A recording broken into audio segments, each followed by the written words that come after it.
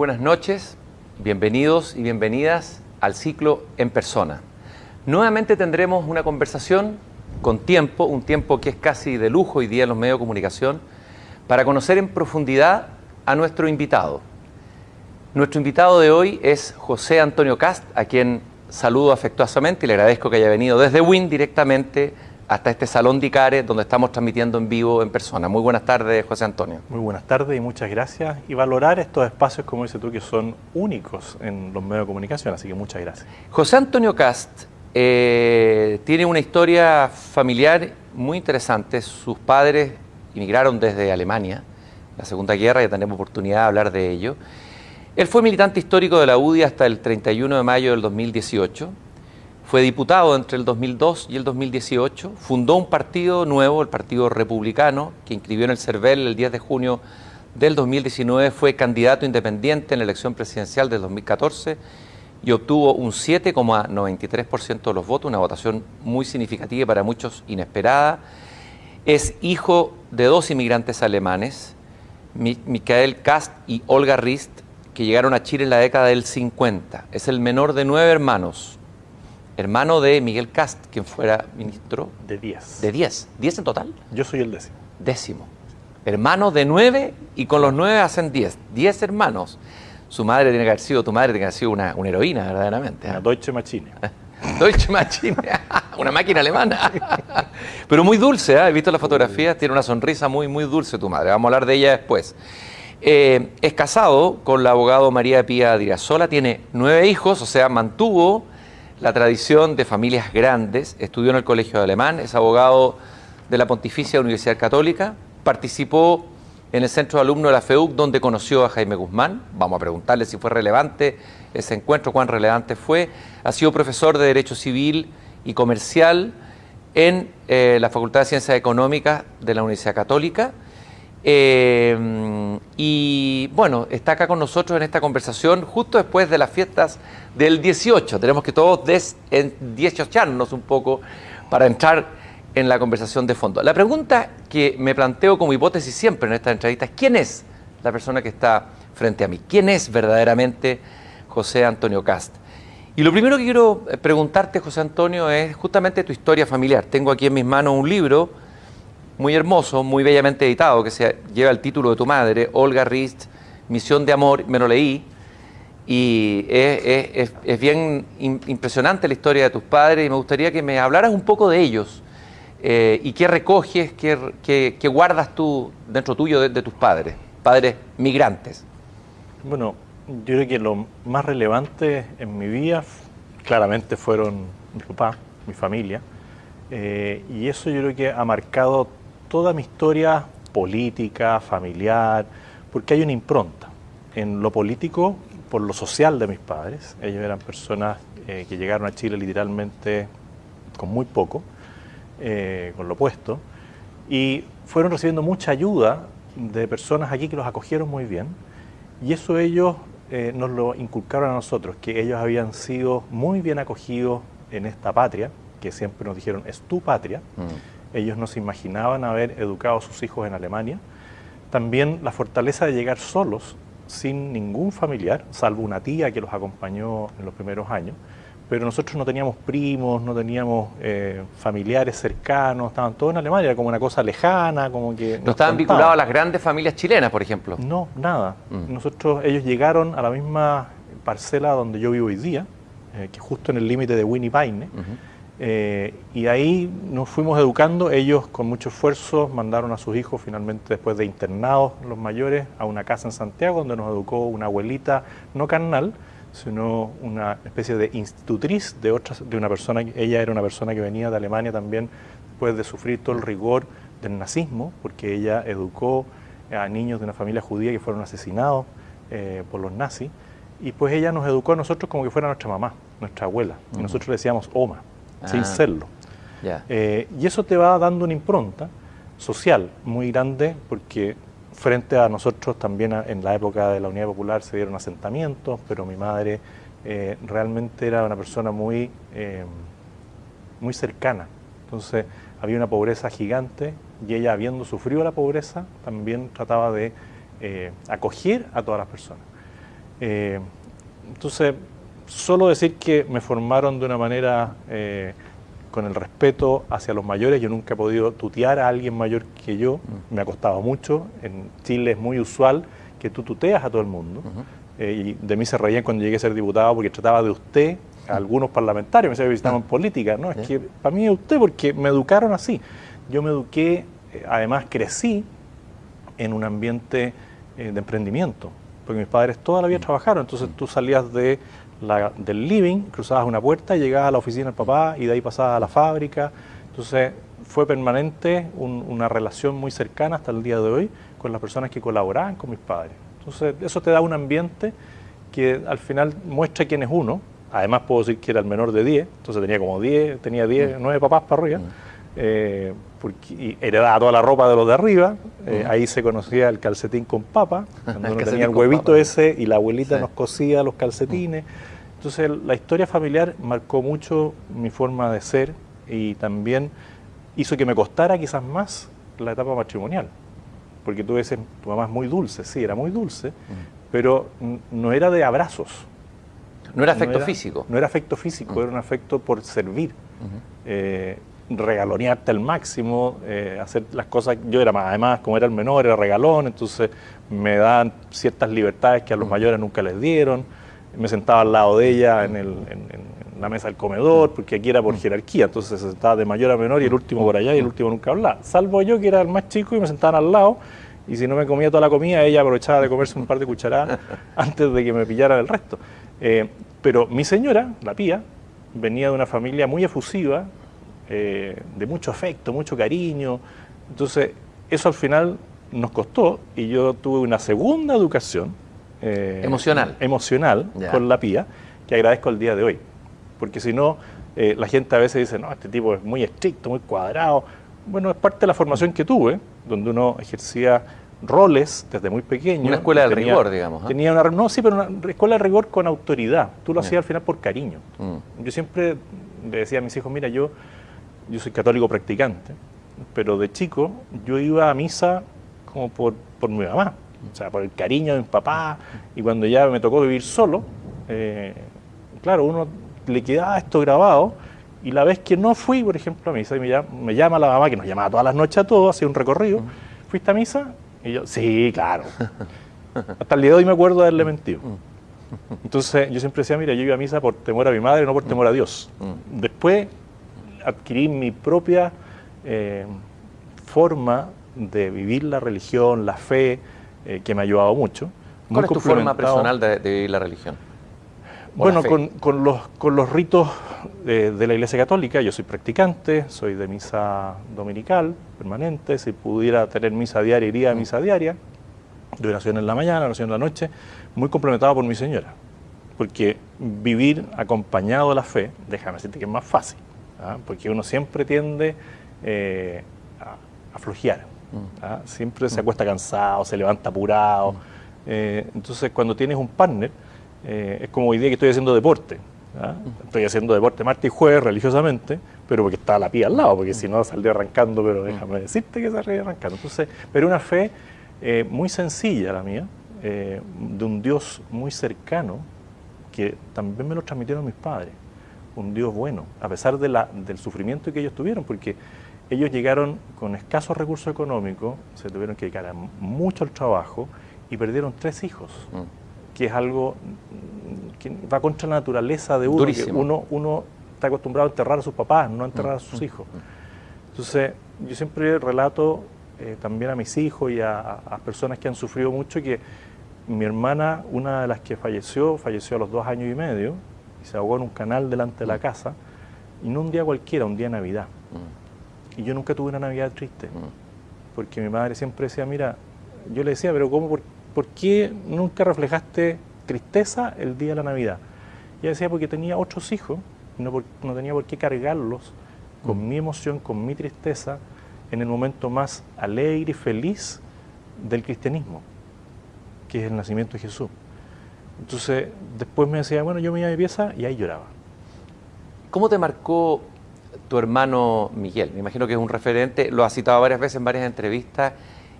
¿Cuáles son los recuerdos que guardas de él y qué impronta dejó en ti? Miguel Kast? Bueno, siempre digo que era lejos el más brillante de todos. Siempre le reclamaba a mis papás, le decía, bueno, era el mayor, le pusieron todo el esfuerzo y el empeño al mayor y ahí fue quedando para último lo que quedó. En broma le decía. Pero un tipo muy alegre, muy vivaz, muy entretenido. Yo aprendí a conocerlo, sí, ya de 15 años, porque teníamos una diferencia de 18 años, por lo tanto nunca viví en la misma casa con él, como los que pasaban a kindergarten, a primero básico, se iban a esta casa en Santiago. Cuando yo llegué a esa casa, Miguel se casó. Entonces no vivimos nunca juntos. Y después de 15 años, él viajaba mucho al sur los fines de semana, por un emprendimiento que tenía forestal y un tema de abejas. Entonces siempre pasaba por la casa y el hermano que estaba ahí, el que quería lo acompañaba. Porque necesitaba a alguien que le hablara para que no quedarse dormido y todo. Entonces, esos viajes eran increíbles y tú podías subirte del auto en Paine y bajarte en Cauquenes y haberte reído todo el viaje, por las anécdotas, por las cosas que tenía. Y además una persona que te podía explicar en fácil todo. Él podía estar con una persona muy inteligente, él sacó los primeros lugares en el colegio, en la universidad, en todo, y podía discutir políticas públicas de alto nivel, pero después podía instalarse contigo y explicarte de manera muy sencilla cómo funcionaba la economía, qué veía él hacia adelante, por qué era importante focalizar el gasto público, partir por los más débiles, por los más pobres y de ahí ir viendo cómo avanzar. Entonces esas cosas sí me marcaron, su facilidad de relacionarse, la inteligencia práctica de aterrizar las cosas y siempre me marcó ese espíritu emprendedor que al final también es de mis padres. O sea, yo hago siempre la relación hacia mis papás más que hacia Miguel. Y la vocación política, porque para entrar en el ruedo político, sobre todo en estos tiempos, hay que tener vocación, me imagino. ¿De dónde te viene la vocación política, José Antonio? Yo creo que parte con el tema más social de mi papá, de ver siempre la casa abierta. ¿Pero se hablaba de política en tu casa? Poco, muy poco. Porque mi mamá siempre decía, mira, en general la política tiende a dividir, entonces sí, eran personas que estaban comprometidas con el devenir de lo que estaba sucediendo en Chile, lo pasaron mal también durante la época de la Unidad Popular. Mi madre tuvo que irse a Alemania con los 5 menores porque se pensaba que a mi padre le iban a quitar su emprendimiento, su empresa. Hubo una separación ahí familiar importante por varios meses. Entonces, yo te diría que la vocación política parte en lo social y después ya se me abre un mundo en la universidad. Porque además yo estudié en el colegio alemán, pero como no era de la colonia alemana tradicional, no iba al club de la colonia, no tenía amistades de otras familias, siempre volvíamos a Paine los fines de semana. Nos pasaban a buscar en un camión de reparto de cecina, nos subían a todo arriba, íbamos a Paine y el domingo nos venían a dejar los papás en un auto Dodge Dart, me acuerdo, donde uno venía sentado por capa. Nada del cinturón, la silla de guagua, y cuando había desorden solo se estiraba una mano para atrás y el que no se agachaba le llegaba el paipazo. Entonces llego a la universidad y se me abre un mundo, literal, porque conocí gente que venía de Arica y gente que venía de Magallanes, de Punta Arenas. Y fue un mundo absolutamente distinto a esa burbuja, por así decirlo, que tenía en la universidad, en el colegio, donde sí reconozco que opté por la carrera de Derecho, que era atípico, nadie en mi familia había estudiado Derecho, por el profesor de Historia, don Rodolfo López, quien falleció. Él, yo diría que era de inspiración de izquierda, gran profesor de Historia, gran profesor, te hacía soñar con la historia, te hacía ponerte en el lugar, pero nunca transmitiendo desde la ideología, siempre con un abanico muy amplio. De hecho, tuve el honor de invitarlo a mi matrimonio, gran valor, y por él llegué a estudiar Derecho. Estaba entre Historia y Derecho, porque tenía una hermana que estudiaba Historia, y me decía, no, pero estudia Derecho, porque esos tipos lo pasan muy bien, no estudian nada, están siempre en el patio. Bueno, me sentí muy engañado, porque a los 6 meses estaba delante de mis padres diciéndole que me arrepentía de haber estudiado Derecho. Y ahí, entre mis 2 padres, me dijeron, mira, lo que uno lo comienza, lo termina. ¿Te apuntalaron, cómo se dice? No, lo que uno comienza, lo termina. Entonces, nada, que aquí a mitad de año estoy aquí acongojado por la cantidad que tenéis que leer y aprender de memoria, así que aplícate y termina. ¿Ahí conociste a Jaime Guzmán en algún momento? ¿Cómo fue ese encuentro? Sí, conocí primero a Gonzalo Rojas. gran profesor, Gonzalo Rojas. con el cual hasta el día de hoy mantengo una gran amistad. Formamos parte de este emprendimiento político y nos salimos juntos de la UDI, de hecho. Y por Gonzalo Rojas y otros jóvenes, primero por jóvenes. Cuando llegué a la universidad, como mi hermana ya estaba ahí, algunos amigos de ella me dijeron, oye, mira, ¿quieres participar en esto? Y ahí tomé el curso de Historia del Derecho con Gonzalo Rojas y después no pude tomar el curso de Derecho Político con Jaime Guzmán porque era de 2 años. Primero venía Derecho Político, después Derecho Constitucional y yo tomé con don José Luis Sea, gran profesor también. Pero hice varios seminarios y talleres con Jaime Guzmán y me tocó compartir mucho con él y también discutir. ¿Discutir qué discutían? El gremialismo. ¿Tú no eras gremialista? Yo era gremialista, pero a mucha honra, en una época... ¿Pero cuáles eran las diferencias con él? Que cuando el gremialismo cumplió 20 años y nos tocó organizar junto a un grupo de amigos la comida a los 20 años del gremialismo, Jaime Guzmán dijo, mira, yo creo que el gremialismo hoy día no tiene tanta razón de ser porque existe la UDI, que la UDI ya reconoce todos los principios gremiales. Entonces, no sé si voy a poder ir a la comida de celebración de los 20 años. Bueno, y le mandamos a decir con estos amigos míos que le mandábamos la medalla que le teníamos por correo, que si no iba a dar lo mismo porque íbamos a celebrar igual. Y llegó, y hizo uno de sus mejores discursos, donde dijo, nos odian porque nos temen, no, se me fue la ayuda, pero una frase para el bronce que era, nos odian porque nos temen, y nos temen porque nos saben irreductibles. Esa frase la dijo ahí, que fue en el Parrón, que era que quedaba ahí... El mítico Parrón. El mítico Parrón. Mítico lugar de reuniones políticas. Donde era un piso bajito, y ahí juntamos como unas 100 personas, a todos los que habían sido presidentes de la Federación de Estudiantes de la Católica, donde Guzmán no fue presidente, pero fue el inspirador de todo esto. Entonces, se generó una relación muy, muy buena. Mi señora La Pía fue alumna de él, y de Andrés Chadwick, que era su ayudante en esa época, pero tuvimos una muy buena relación y de hecho estaba invitado a mi matrimonio y lo mataron 5 días antes. Nos llegó el regalo, que era premonitorio, que era una fuente de fruta, pero con una tapa que era un conejo. Como tuvimos 9 hijos, todo el mundo dice, que tenía buen ojo el hombre. Sobrevive la fuente, no la tapa. Conejo alemán, ¿ah? Conejo con... Claro. Siempre arreglaba a mis padres porque yo le decía a mi madre, tú hiciste trampa, porque tuviste 2 pares de mellizos y nosotros los tuvimos a todos de a uno. Reconozco que es más fácil tenerlos de a uno que tener mellizos. José Antonio, tú llegaste a estar cerca, por lo que entiendo, muy cerca de la alta cúspide de la UDI, de los coroneles. Eras el más joven, tal vez, en ese grupo.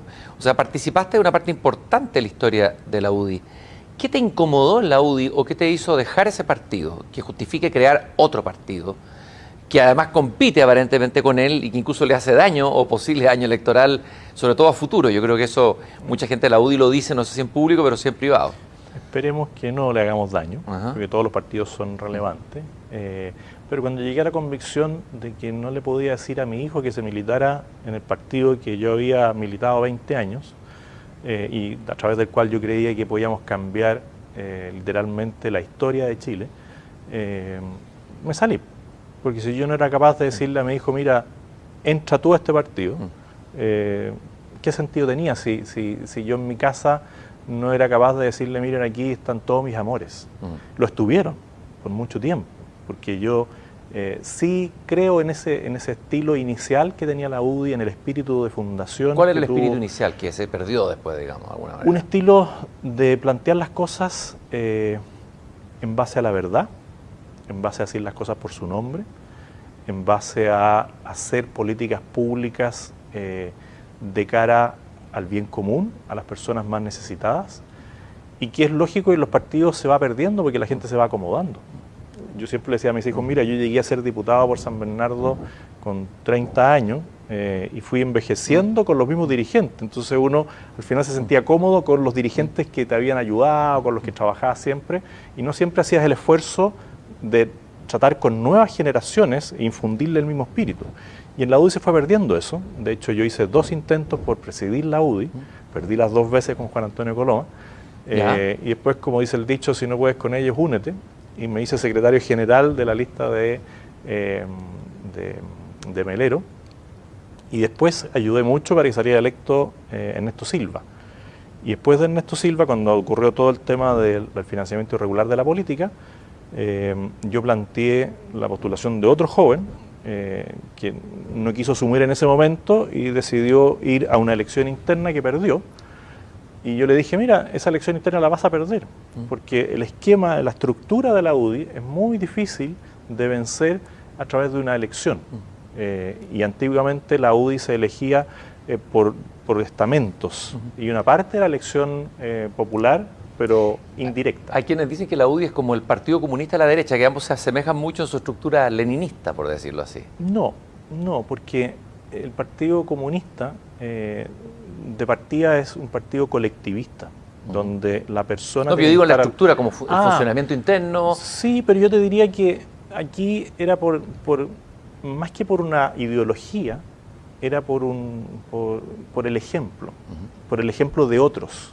Entonces, al final tú no discutes con alguien que ha dedicado su vida a un trabajo duro, político, a veces más por la amistad, por la cercanía, y sí se producía un debate interno muy fuerte que la gente nunca veía, pero se producía un debate, y eso fue también lo que a mí me llevó a compartir con los llamados coroneles, porque yo quizás no soy una persona muy locuaz, pero soy muy trabajador, muy perseverante, y digo las cosas por su nombre.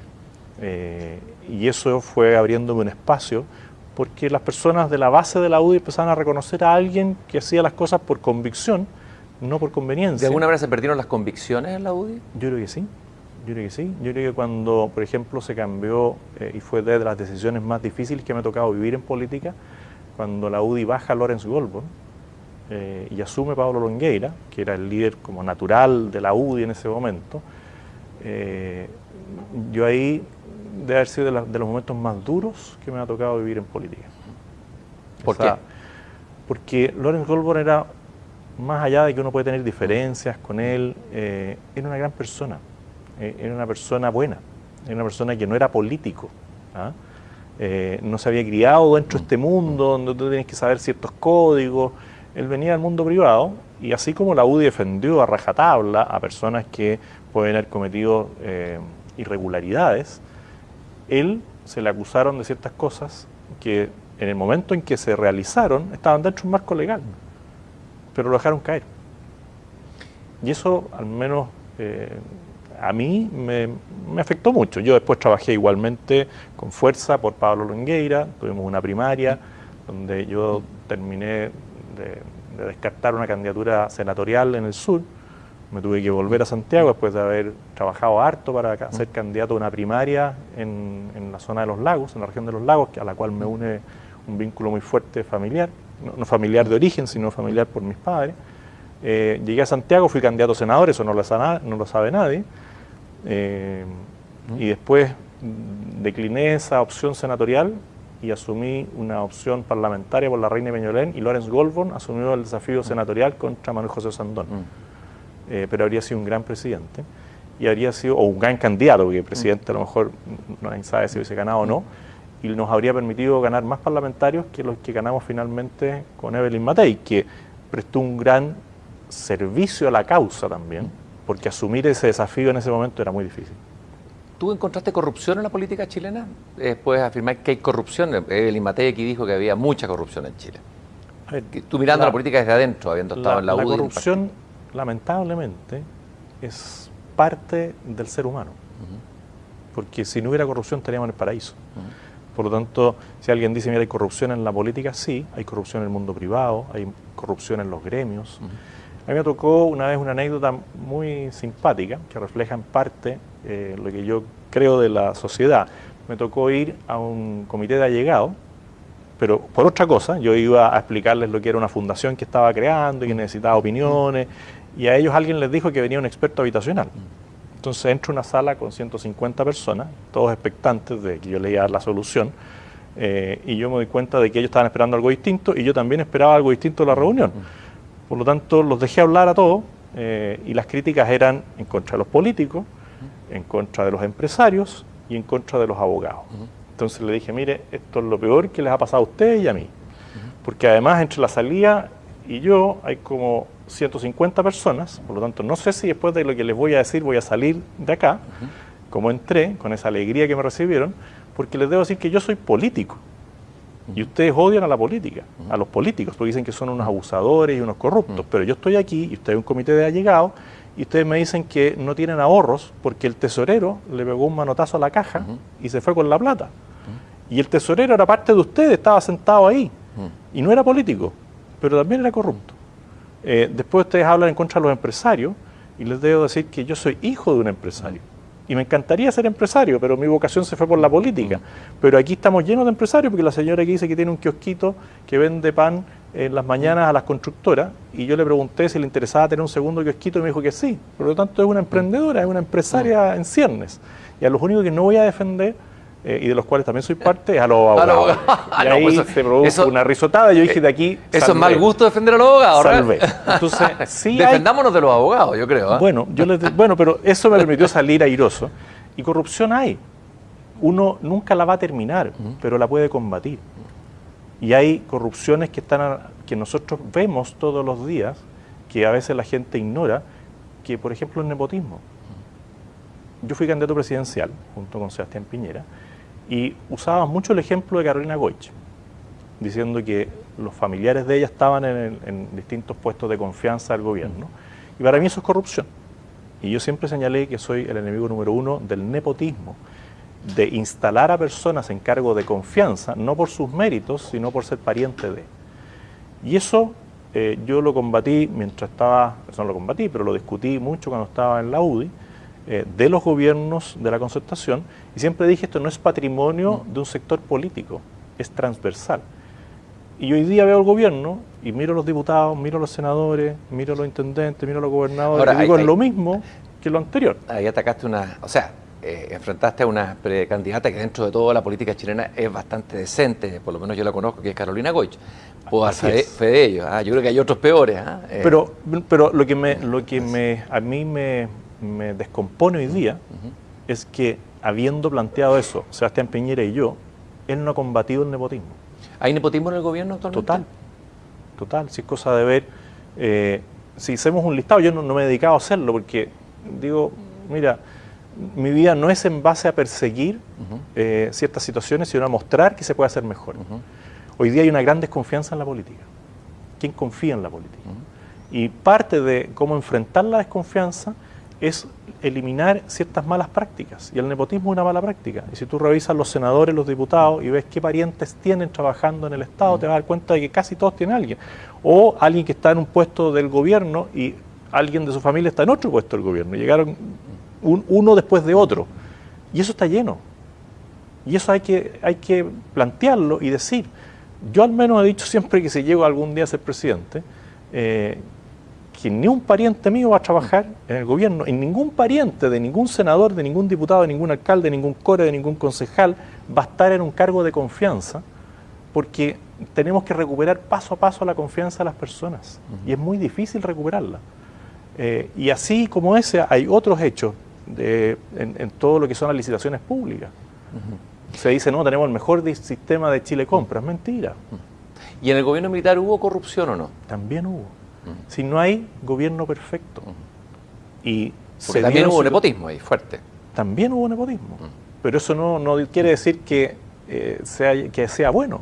Hubo nepotismo, hubieron actos de corrupción, como en todo gobierno.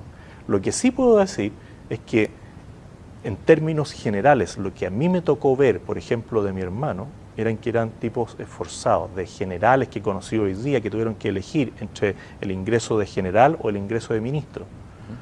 Si uno compara las Fuerzas Armadas de los países vecinos, cuando alguien llegaba a general, se convertía en un multimillonario. Y tú puedes ver hoy día muchos generales de carrera, personas honorables, de las distintas ramas de las Fuerzas Armadas y de Carabineros, que tienen su casa, tendrán su segunda casa, un departamentito, tienen 2 o 3 autos, pero no es una vida de lujos. Uno podrá decir tienen un buen ingreso, tienen un buen pasar, pero no son millonarios como tú puedes ver lo que ha ocurrido en Bolivia, en Ecuador, en Perú, para qué decir Venezuela. Ahora se dice que al final del gobierno militar, en la transición, ahí hubo algunos arreglines, como se usa la palabra hoy día, y se entregaron empresas fácilmente públicas a privados y que habría una zona gris. ¿Qué te parece a ti esa zona gris de ese periodo? Discutible. Al final uno podría decir, bueno, veamos los resultados. Veamos cómo está ENAP y veamos cómo puede estar una empresa que haya sido traspasada como una eléctrica, por ejemplo. Veamos si es mejor tener un servicio que preste servicios públicos regulado y manejado por el mundo privado, o sea, manejado por los privados y controlado por lo público, a ver lo que es Televisión Nacional, o a ver lo que es Codelco, o a ver lo que es ENAP, y tantas empresas públicas que finalmente en manos de esta clase política sería un desastre.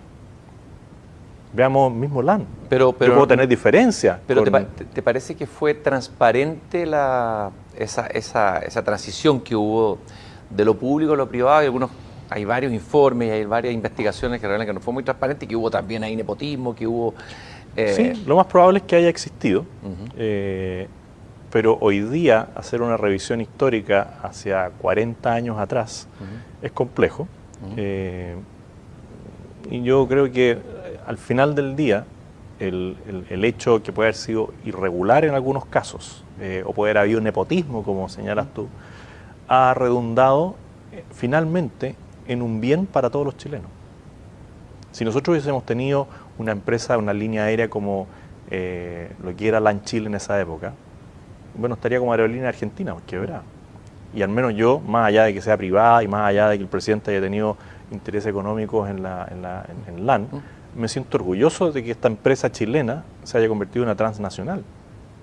Entonces, al final del día no es que justifique que se haya cometido un hecho irregular, pero digo, ya no pudiendo revisarlo por el tiempo que transcurrió y porque se fue validando de distintas maneras por los distintos gobiernos, creo que el resultado para Chile fue de mucho progreso y de mucho emprendimiento, cosa que no habría ocurrido si esas empresas hubieran seguido siendo estatales. José Antonio, ¿qué es lo que diferencia el Partido Republicano de la UDI, si uno tuviera que ver en términos doctrinarios y políticos? Primero preguntarte por qué se llama Partido Republicano. Agarraste una buena marca. ¿Ya? No sé si todos estarán muy contentos porque hay republicanos de izquierda, hay republicanos... ¿Por qué Partido Republicano? Bueno, y la diferencia que te pregunto por los contenidos programáticos. El nombre se fue dando porque nosotros inicialmente no queríamos hacer un partido. Nosotros generamos un movimiento social y político que sigue existiendo y sigue marcando pauta en el tema de la capacitación y la formación, que se llama Acción Republicana. Y se llamaba Acción Republicana porque hicimos una especie de consulta con muchas personas que nos ayudaron en mi campaña presidencial, porque la idea era mantener un movimiento que tuviera ese espíritu y pudiéramos influir transversalmente en todos los partidos políticos de derecha. Y lo tratamos de hacer con bastante éxito hasta que nos dimos cuenta de que a futuro los partidos políticos iban a mantener control sobre sus diputados y ahí pasamos al partido, pero era acción porque era mucho movimiento, necesitábamos accionar, hacer cosas. Y republicano por todos los valores republicanos. Nosotros creemos firmemente en la democracia, en la separación de los poderes, en la institucionalidad, en fortalecer la institucionalidad. Creemos en principios sólidos como el valor de la vida, el valor de la familia, el valor del orden, del respeto, del mérito.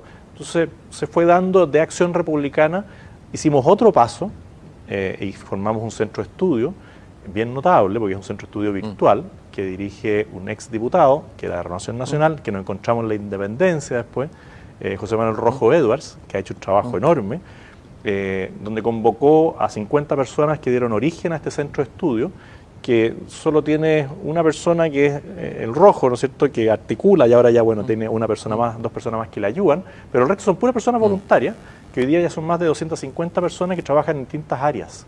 Y hay propuestas económicas, de salud, de vivienda, de medio ambiente. Es bien interesante. Y el tercer paso fue el partido. Entonces tenemos 3 instituciones republicanas y otra que da asesoría legislativa en temas de familia y derechos humanos, que es CUI de Chile. Entonces tenemos una especie de conglomerado republicano. Ahora, ¿dónde ubicar ese partido? Porque es un partido que se define de derecha, ¿no es cierto? ¿Centro-derecha o derecha? Porque en Chile es un eufemismo. Bueno, me faltó la diferencia con la UDI, pero voy para allá. Pero, bueno, hay un video muy interesante que lo subí ahora la semana pasada, como recuerdo, a mi cuenta de Twitter. Yo sé que tú no usas Twitter, pero no. Te recomiendo seguir mi cuenta, es muy interesante. Ya. No, es que no quiero usar Twitter. No, sí sé. Es una trinchera y es muy sano, pero yo lo uso y a los que me tratan mal los bloqueo. Es insano, diría yo. No, es entretenido. Yo me entretengo porque en 140 tienes que decir muchas cosas en pocas palabras. Ahora, eso a mí me acomoda. Yo igual manejo Facebook. Ahora, ese mismo que haya que decirlo en pocas palabras también hace que la posibilidad de debatir a nivel de ideas sea bastante pobre, porque tienes que reducirte al eslogan, a la idea hecha, rápida. Sí, pero tú puedes complementar con una imagen, con un video como el que te estoy mencionando, donde Jaime Guzmán a jóvenes, teniendo a varios jóvenes conocidos de la UDI, le decía, mira, esto de, ¿qué es la centro derecha? ¿Qué es? No, a mí las cosas claritas. Y lo puse ¿por qué? Porque aparece Joaquín Lavín declarándose socialdemócrata y diciendo en alguna entrevista por ahí que si Jaime Guzmán estuviera vivo, lo más probable es que estaría con él. Entonces yo subí el video para decirle, mira, Jaime Guzmán no le gustaba nada estas aguas tibias, como decía él.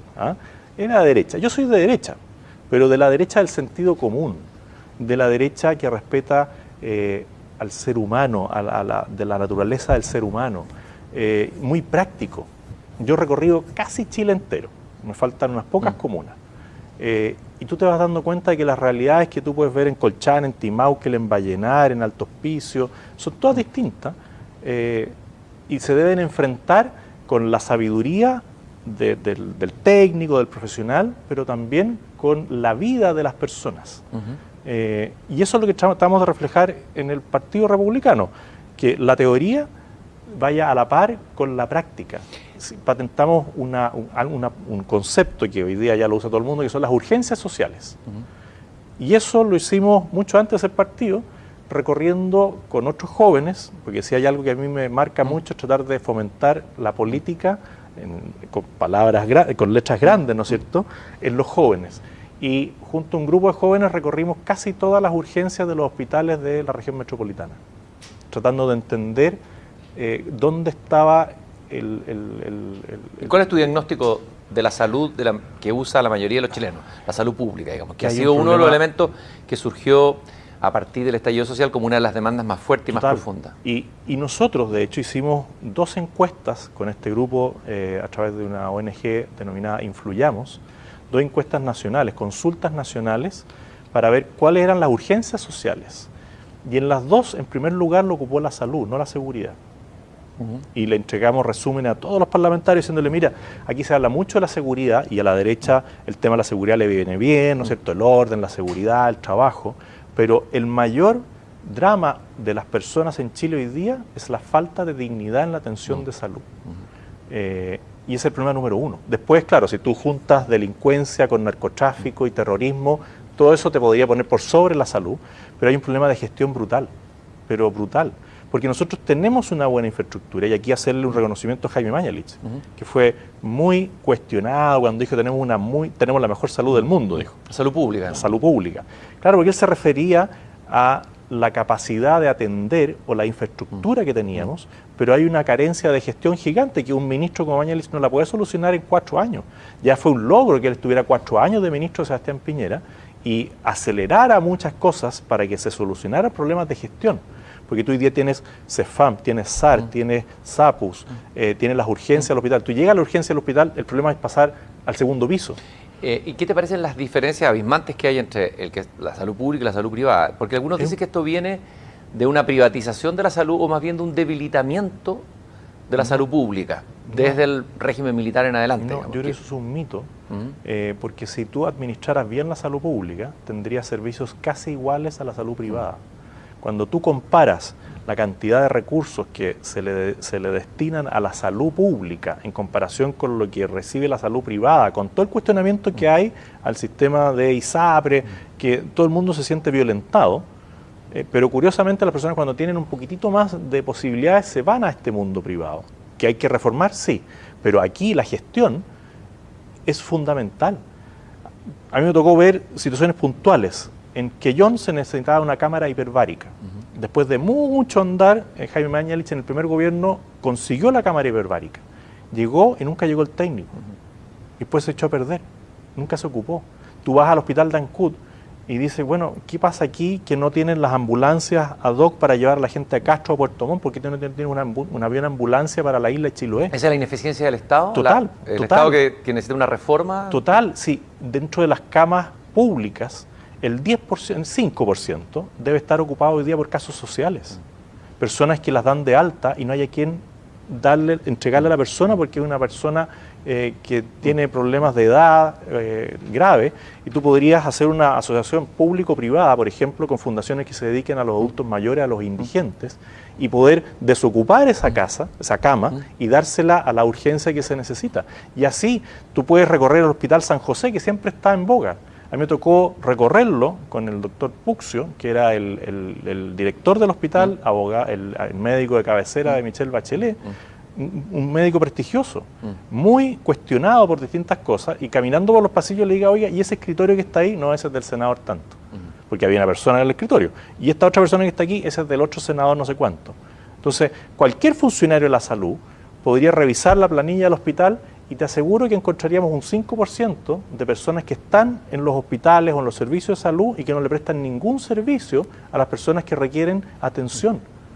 Entonces, si tienes un 5% de camas mal aprovechadas, si tienes al menos, y estoy siendo generoso, un 5% de operadores políticos dentro de los sistemas de salud, cuando ves cómo se robaron los recursos con el tema de la computación.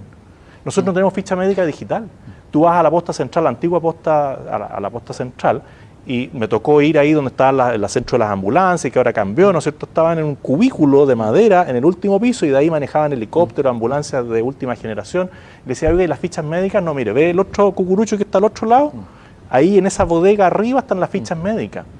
Entonces, un paciente que es derivado de un consultorio al hospital con una interconsulta, no lleva su carpeta médica. Entonces llega al hospital y le dicen, ¿usted por qué viene? No, es que el doctor de allá me mandó porque me sentía mal. ¿Y qué se te pasa? Le hacen todos los exámenes de nuevo.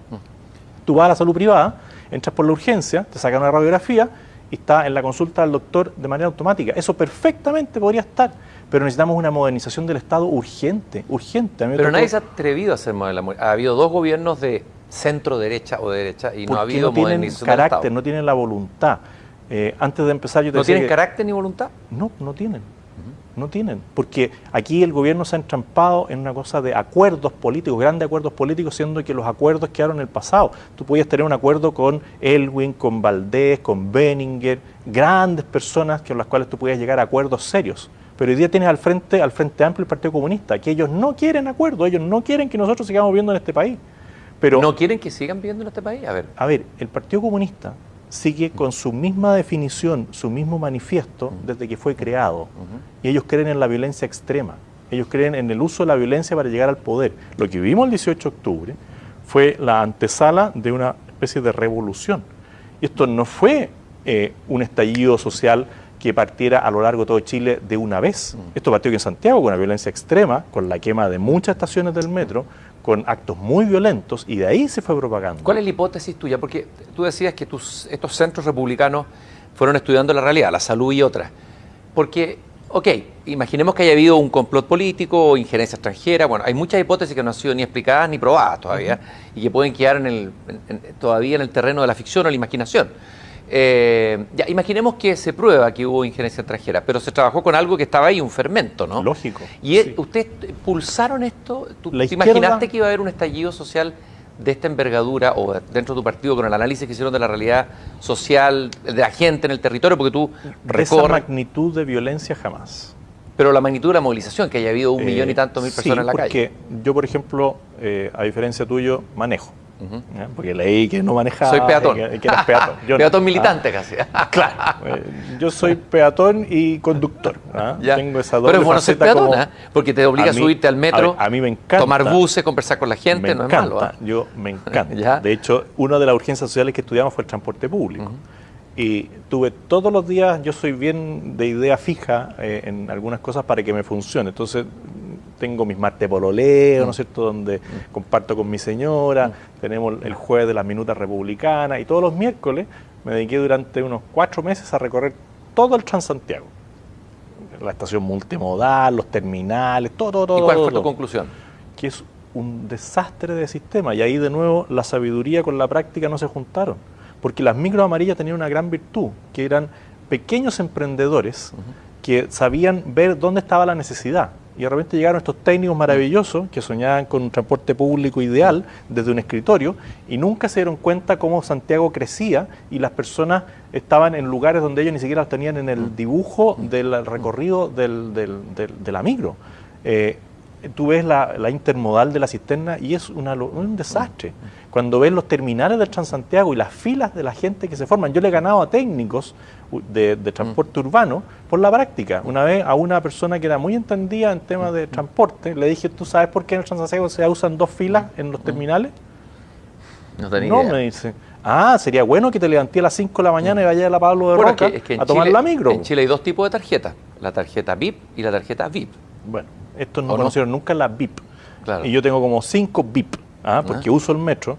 Le he prestado mi tarjeta a personas que no tienen, siempre las tengo cargadas con 5 luquitas, siempre listo. Pero esos técnicos nunca conocieron la realidad. Y cuando Ricardo Lago y Michelle Bachelet decían que los chilenos iban a tener un transporte de última generación, que iban a recuperar tiempo para la familia, los engañaron, les mintieron. Si es terrible tener que subirte en un lugar, recorrer 30 minutos, bajarte, esperar 15 minutos, subirte a otro, recorrer otros 30 minutos y a veces bajarte y tener que caminar 10 minutos, yo hacía la cuenta de que me podía ir de Santiago al Paraíso de pie en un bus y era lo que me demoraba desde la Pablo de Roca hasta la Universidad de los Andes. Bueno, eso va acumulando indignación y va acumulando molestia en la población. Bueno, y los mismos políticos que generaron todas esas molestias y que cerraron los ojos a temas como el Transantiago, a la mala gestión de la salud, cuando mintieron respecto de que iban a reformar la educación. Si toda la movilización escolar nace por el liceo acuático que estaba en Lota. Y los jóvenes reclamaban porque no tenían ventanas, porque se llovía, porque los profesores no cumplían los horarios, porque no aprendían. Esa era la real movilización que había. Y después se transformó en algo político que le terminó sirviendo solamente a unos pocos que llegaron a ser parlamentarios y se olvidaron de la gente. Y ahí vuelvo. La izquierda ve los mismos problemas que no vemos nosotros, porque los problemas están. Yo te iba a poner el ejemplo de que yo soy conductor y uso el TAC. Bueno, así me queda la vena todos los días en las mañanas cuando me tengo que venir de Paine a Santiago y llego a la altura de General Velázquez y quedo chantado. Chantado. Porque ningún genio ha ocupado la vía y se ha dicho, bueno, aquí hay un cuello de botella en la salida de General Velázquez con esto. ¿Quién considera a todas las personas que entran en San Bernardo? Cuando uno pasaba por la cisterna, el alcalde se hizo famoso porque ponía un fotorradar a sacarle fotos a los conductores que iban con las luces apagadas, cuando se inventó esta cuestión de las luces prendidas para circular, que me parece muy bien, pero en las carreteras no era necesario, pero él tenía una maquinita apagadora. Entonces los mismos políticos que dicen que están jugados por la gente, no les solucionan nunca los problemas. Entonces la salud indigna, el transporte público indigno, las carreteras que son buenas, al final terminan ahogando a las personas emprendedoras. Creo que hay en Chile una politocracia, han dicho algunos. ¿Estás de acuerdo con eso? Una politocracia que tiene privilegios y que Claramente, los políticos no viven y no vivimos muchas veces las necesidades de las personas. Por eso el recorrer Chile, por eso el llenar tu discurso de contenido real fortalece tanto lo que nosotros estamos haciendo. Porque aquí se produjo, por ejemplo, de nuevo, un gran tema por el agua potable en Osorno. Pero Keilen tuvo 1 año sin agua potable y nadie dijo nunca nada. 1 año. Colchane no tiene luz eléctrica las 24 horas, ahora sí. O cuando nosotros combatíamos los privilegios de los concejales on tour, fue porque nosotros... ¿Concejales on tour? On tour. Hicieron varios programas informativos sobre los viajes de los concejales. ¿Dónde parte eso? En el oficio de fiscalización que empezamos a hacer nosotros desde Influyamos. Porque yo le decía a los jóvenes, empecemos a fiscalizar a todos los concejales y alcaldes en sus viajes al extranjero con uso de fondos públicos. Ahora esta corrupción o esta manera de operar es transversal, o sea, es derecha e izquierda. Y hay que enfrentarla. Y por eso muchas veces yo no soy querido ni por la izquierda ni por la derecha. Porque si yo miro el CENSE y digo, bueno, ahí hay 500 millones de dólares y se lo llevan la OTIC y la OTEC. ¿Y cuánto le ha mejorado el ingreso a las personas que hacen 10 cursos de CENSE? 0. Y tenéis 500 millones de dólares votados ahí que tienes que recuperar para darle, por ejemplo, mejor calidad de educación a los hijos de las personas que trabajan en una empresa. ¿Por qué no destinamos esos 500 millones de dólares a curso de perfeccionamiento de jóvenes? ¿Por qué no enfrentamos el tema del CAE y de los créditos universitarios acortando las carreras? Si, ¿por qué hoy día un ingeniero tiene que estudiar 6 años? Si sale y se queda en blanco porque le cambian todos los programas computacionales y la educación es un proceso continuo. Nosotros podríamos tener carreras de 3 años, no de 5, y tendríamos la mitad de los problemas que tenemos hoy día con el CAE. Ahora, José Antonio... ¿Y quiénes abusan ahí? De nuevo, una élite que maneja todas las universidades. Ahora, tú hablabas ahí de los técnicos. Alguien ha dicho que la política ha sido reemplazada por los expertos, o la política depende de los expertos. Primero fueron los economistas, aquí los expertos eran los economistas, tenemos muy buenos economistas en Chile, pero todos decían que Chile estaba estupendo, que no había ningún problema, y vino el estallido social y impugnó todas esas ideas que transmitían esos economistas en sus entrevistas. Si uno las revisa, digamos, Chile había logrado estos índices, es verdad que tuvo desarrollo, pero no veían la realidad, porque no andaban no tenían tarjeta VIP, porque no iban al territorio. Ahora, bueno, los expertos ahora son los médicos, porque estamos en pandemia, pero vamos de experto en experto, y lo que no hay es, lo que falta aquí es política. Falta sentido común. Sentido común. Falta sentido común.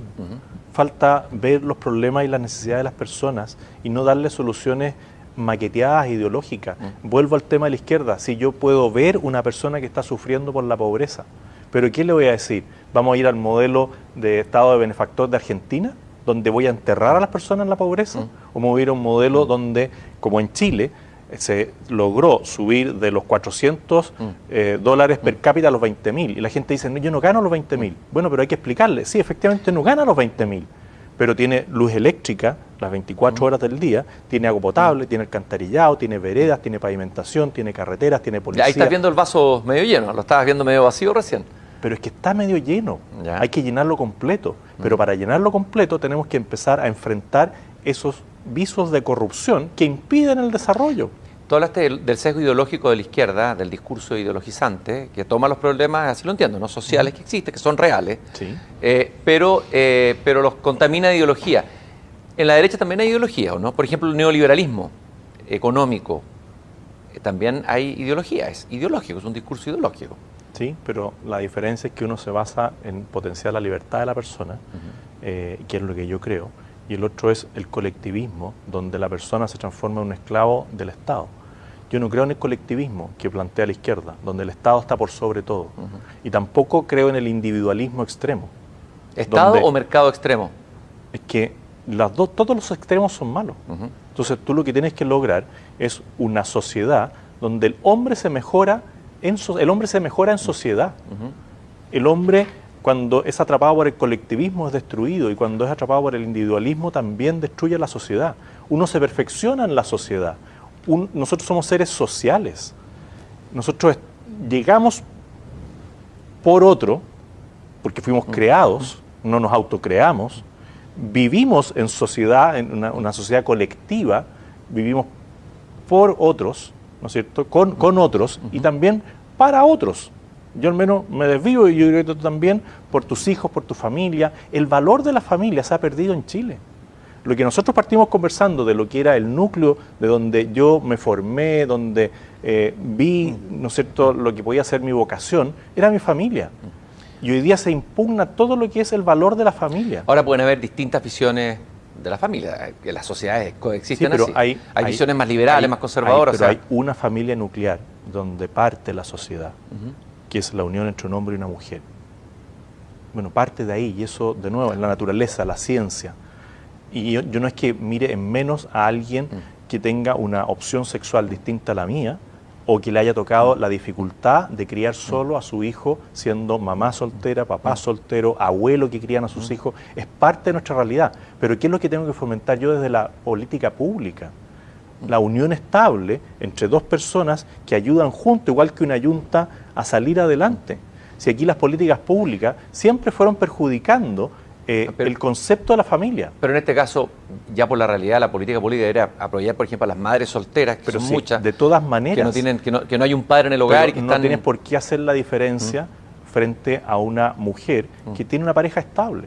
Porque por mucho tiempo las políticas públicas, por favorecer a la persona que tenía una debilidad, que tiene una dificultad para salir adelante, le decían, si usted es jefa de hogar, tiene estos beneficios. Si usted no es jefa de hogar, no los tiene. Entonces, ¿qué hacían las personas? Tienen que mentir. Si es como el tema del FONASA. ¿Por qué en Chile no se declaran todos los ingresos en muchas ocasiones? Porque la persona te dice, no, es que si usted me sube el sueldo, yo empiezo a pagar el bono FONASA, entonces manténgame bajo y el otro pásemelo por debajito. Y al final no hacemos trampa en el solitario, porque nadie sincera las cosas, nadie dice la verdad. Aquí tenemos problemas de pensiones reales, sí, pero también hay ingresos subdeclarados, porque hay personas que por mucho tiempo en el Estado tuvieron una dificultad porque les imponían por menos y le pagaban con puros bonos. Bueno, todos esos bonos no entraban en el tema para la pensión, pero en el mundo gastronómico, en el mundo hotelero, en el mundo del transporte, el transportista pequeño ahorra el 10% todos los días de los 10.000 pesos que gana pensando en su jubilación, no. El tema de la AFP, ¿cuál es tu visión? Bueno, que es un sistema que ha cumplido con los objetivos principales, que es la rentabilidad y la seguridad. Y eso no es cuando tú vas con números, no es discutible. Y también me ha tocado muchas veces enfrentar audiencias grandes donde están todos convencidos de que es lo peor, y cuando tú empiezas a explicarle, pero necesitas tiempo, porque el eslogan, el espíritu de la consigna, se ha ido instalando en Chile. Entonces, bueno, el Twitter, pues, José Antonio, es que el Twitter y las redes sociales es uno de los culpables. Yo te invito a ver mis Twitter y te vas a dar cuenta de que yo trasciendo a la consigna. A ver, José Antonio, mira, vamos a tomar algunos, porque cuando uno conversa contigo, tu discurso es bastante, diría yo, moderado, prudente. Soy una persona lo más moderada. No, sí, yo lo he palpado porque te he entrevistado antes, pero uno va al Twitter. Un gran programa que tienes tú desde el jardín. Sí, ahí conversamos. Con el chucao, la bandura, ahí conversamos, ahí conversamos en el jardín. Naranjo. Y ahí te conocí por primera vez. Sí. Yo no creo en las caricaturas y por eso te estoy entrevistando acá, digamos. No creo en las caricaturas. Pero fíjate que en algunos Twitter tuyos, tú me los vas a corregir, dices, los delincuentes del apruebo aprovechan la noche para atacar a carabineros.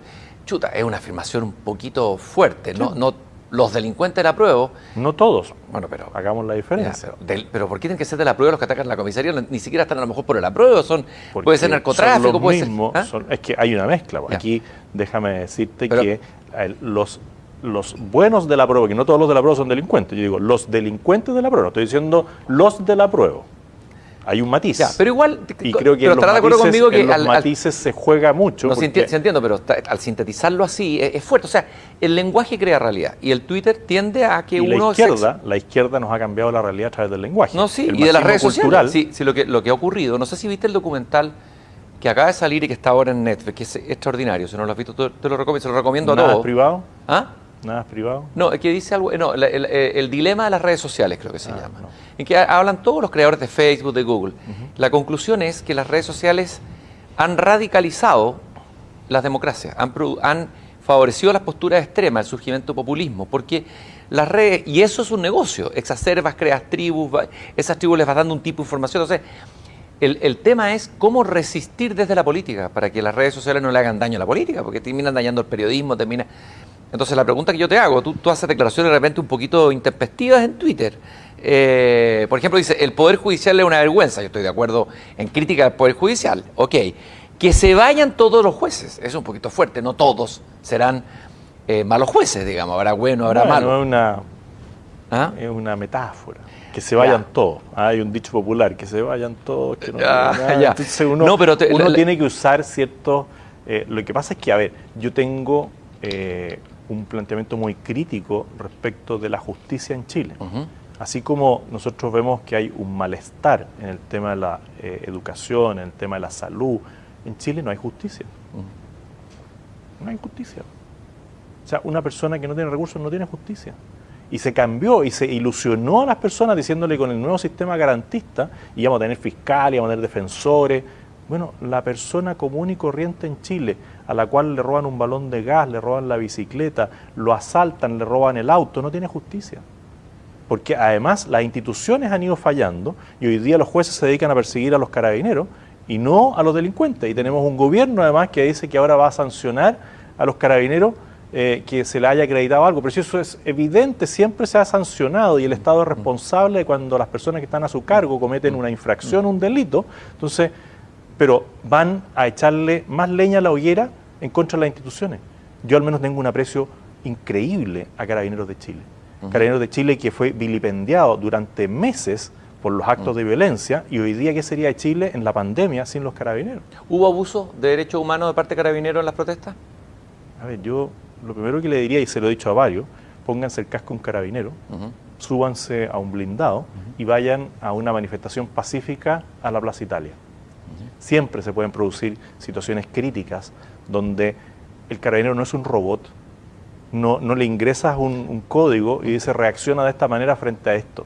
Cuando tú tienes una masa humana de 1.000, 2.000, 3.000, 4.000 personas y tienes 100 carabineros, déjame decirte que no siempre las reacciones son del manual.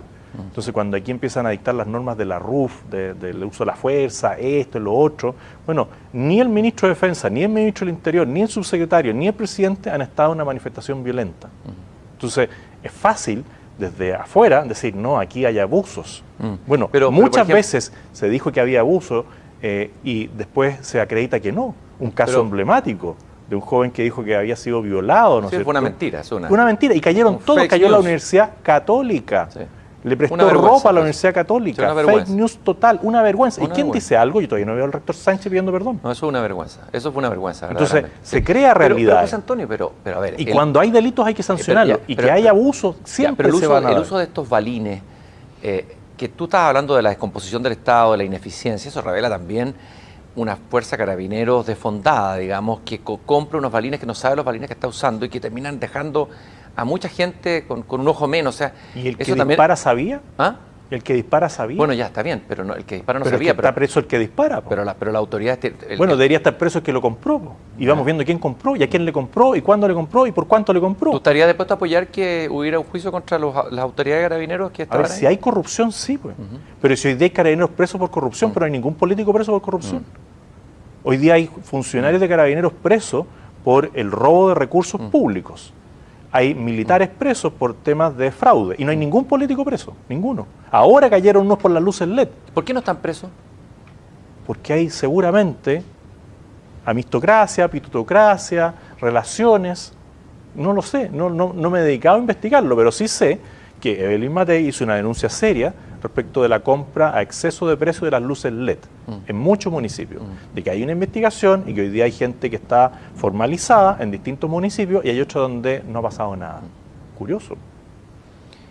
José Antonio, a ver, hablemos un poco de este gobierno de centro-derecha. Por el cual hay yo personas a ver, hay que reconocer que a este gobierno le ha tocado enfrentar una situación política sin precedentes, ¿ya? Es decir, el estrés al que ha estado sometido el gobierno no se lo quisiera ningún gobernante ni ningún gobierno de ningún signo, ¿no? Le ha tocado enfrentar un estallido social. Yo no soy partidario de este gobierno, pero hay que reconocerlo. Le ha tocado enfrentar una pandemia ruda, difícil, y muchas personas de tu mismo sector, digamos, uno podría decir la centro-derecha y derecha, más o menos, hay una unidad, no creo que sean sectores distintos. Ven que tú eres un declarado opositor al gobierno, los has acusado de dilapidar su capital político, de rendirse a las ideas de izquierda. La pregunta que te hago, en un escenario tan polarizado como este, tú acabas de advertir el peligro de sectores más radicales de izquierda, en que está en peligro la institucionalidad, está en peligro, hay muchas cosas que están en peligro desde tu punto de vista, ¿no será mejor apoyar a la autoridad, tratar de proponerle alternativas, incluso perteneciendo con matices dentro del mismo sector, a abrirle flancos desde la derecha con todos los flancos que ya tiene y viendo una autoridad que está prácticamente en el suelo, digamos, con un apoyo bajísimo? Es un poco yo he escuchado esa crítica en amigos de derecha, digamos, a tu partido y a ti mismo. Pero hay que hacer un poquito de historia, porque yo levanté una opción presidencial juntando firmas independientes que nadie consideró. Enfrenté una derecha que mintió para aleonar al voto útil. ¿Mintió en qué sentido? Que Sebastián Piñera iba a ganar en primera vuelta si yo me bajaba. Tú entrevistaste a Pablo Longueira, a quien yo conozco y admiro, pero ahí lo hizo muy mal, porque hizo unos videos increíbles con la fuerza y la energía que tiene, la misma que estaba tratando de llevar ahora a la práctica para correr contra el arco propio, pero en ese momento él hizo unos videos diciendo, yo les voy a explicar como ingeniero lo que va a pasar aquí. Sebastián Piñera puede ganar en primera vuelta si José Antonio Kast se baja. Y ese 2% que saca, se lo pasa a Piñera y gana en primera vuelta. Yo te regalo lo que es recorrer Chile enfrentando a gente de la centro derecha diciendo bájese. ¿Pero por qué me voy a bajar? Porque si usted se baja, gana en primera vuelta. Entonces, anda a explicarle nuevo con la pizarrita, mire la historia electoral de Chile, nunca se va a ganar en primera vuelta, bla, bla, bla. Bueno, pasó la primera vuelta. Yo no fui a las primarias porque me ofrecieron de todo para ir a las primarias. O sea, oye, pero anda al Senado. Le dije, no, si mi ciclo parlamentario terminó. lo que hicieron además de aumentar el número de parlamentarios va a destruir el sistema y lo terminó destruyendo con la bancada del 1%. Bueno, no fui a la primaria. ¿Qué se acuerda la gente de las puras peleas? No te fuiste preso por lindo, que la pelea del barro, ¿no? La pelea entre Sandón, Piñera y Felipe, y mi Felipe sobrino. Sí. Entonces, yo dije, no, aquí la batalla de las ideas se da en la primera vuelta. Y fui a dar la batalla a las ideas, sabiendo que iba a perder. Pero fui dando cuenta en el tiempo que podríamos llegar a un 12, un 15% si no hubiese sido por el voto útil. Bueno, ¿qué pasó el día de la elección? Perdí, salí cuarto, por sobre Carolina Goich. Un poquitito más arriba. Que era una cosa ya increíble porque era un partido histórico. Bueno, pero su partido no la acompañó, o sea, fue heroica su campaña. Yo no lo voy a discutir, pero déjame alguna alegría a mí decir que salí cuarto enfrentando a un partido histórico en Chile. ¿Ah? Entonces, bueno, pero ¿qué pasó ese día en la noche? Frente a un grupo de personas que estaban muy alegres, muy contentos por el 793, yo siempre digo 794, me quitaste el 0,01% de mi votación, pero bueno. Pero la gente muy contenta, descorchando champán, abriendo una cerveza, alegres por el 8%, si pasamos del 2 al 8. Bueno, y a mí me tocó decirle un discurso malito, apurado, porque les dije que me tengo que ir. ¿Y a dónde tiene que ir? Estamos celebrando. Apoyar a Piñera, hombre. Porque se le vino la noche. Sacó 36 puntos, 36. Y habían dicho que iba a ganar en primera vuelta. Cuando llegué al hotel de él, estaban todas las luces apagadas. Se tiraba como una alfombra roja. José Antonio, qué rico verte, ¿dónde está la María Pía? Bueno, esa es la política. Bueno, pero yo le decía, oye, pero ¿cómo sabéis que se llama María Pía mi señora? ¿Ah? Bueno, sabían todo, muy contentos todos. Y yo, con un espíritu republicano, le dije, aquí tenemos que unirnos y salir a trabajar mañana, no pasado mañana. A mí no me interesa estar en la oficina. ¿Qué pasó después que se radicaliza tanto tu discurso? Bueno, yo sigo siendo el mismo. ¿Ya? Yo suscribí, o sea, yo apoyé un programa de gobierno que iba a bajar los impuestos, que iba a achicar el Estado, que iba a combatir el nepotismo, que iba a enfrentar el terrorismo y que iba a defender la familia. La primera ley, identidad de género. Después, no podemos bajar los impuestos. Después, el terrorismo desatado. Después, el nepotismo. O sea, yo fui uno de los también, junto a otros, los que enfrentamos al presidente cuando iba a nombrar a su hermano embajador en Argentina. ¿Qué señal le das al resto del mundo? Mira, si yo nombro a mi hermano, nombra a quien queráis de jefe de gabinete, nombra a quien queráis de jefe de servicio. Entonces, yo no me he movido. Nosotros seguimos apoyando al gobierno en todo lo que decía que era su programa de gobierno. Cuando apareció el 18 de octubre... se declararon como opositores al gobierno oficialmente con una carta. El 3 de marzo de este año. ¿Ya? Porque el 18 de octubre nosotros nos cuadramos con el gobierno. El mismo 18 de octubre yo andaba dando unas charlas y juntando firmas para el partido en La Serena. Hice un video al mediodía. Le dije, presidente, declare el estado de emergencia ahora. Viernes 18 de octubre a las 12 horas del día. Bajándome del avión hice el video, porque ya sabía lo que venía, porque esto, al final tú me preguntabas, ¿se podía sentir? Sí, porque tenías ensayo y error de Levade todos los días desde marzo, tenías el Instituto Nacional desmadrado todos los días en la calle, tenías el terrorismo desatado, o sea, tú sabías que la izquierda estaba preparando algo. Tú sabías que ser muy ingenuo para ese día decir, esto no prendió. No, pues, venía a aprender. Y después, perdona, nosotros después del 18 de octubre, tú puedes ver todos los videos que yo hice apoyando al gobierno. Hasta que el 15 de noviembre firman un acuerdo por la paz y el cambio constitucional. Y dijimos, nosotros no estamos de acuerdo con eso. Porque ese acuerdo de paz es fruto de la violencia extrema. Habían personas muy cercanas a mí que al día siguiente, cuando yo dije no a ese acuerdo, me dijeron, ¿por qué no estás por la paz? Ahora, el escenario, según todos los analistas políticos, lúcidos, no lúcidos, todos los que hay algunos lúcidos, no me va a decir que no todos son... No, pero por supuesto. Lo que dicen es que lo más positivo de toda esta crisis fue ese acuerdo. O sea, ahí actuó la política, en un escenario de radicalidad tan grande. Me imagino que nosotros no manejamos muchos elementos de lo que ocurrió esa noche, que tiene que haber sido dramática para el presidente y su equipo.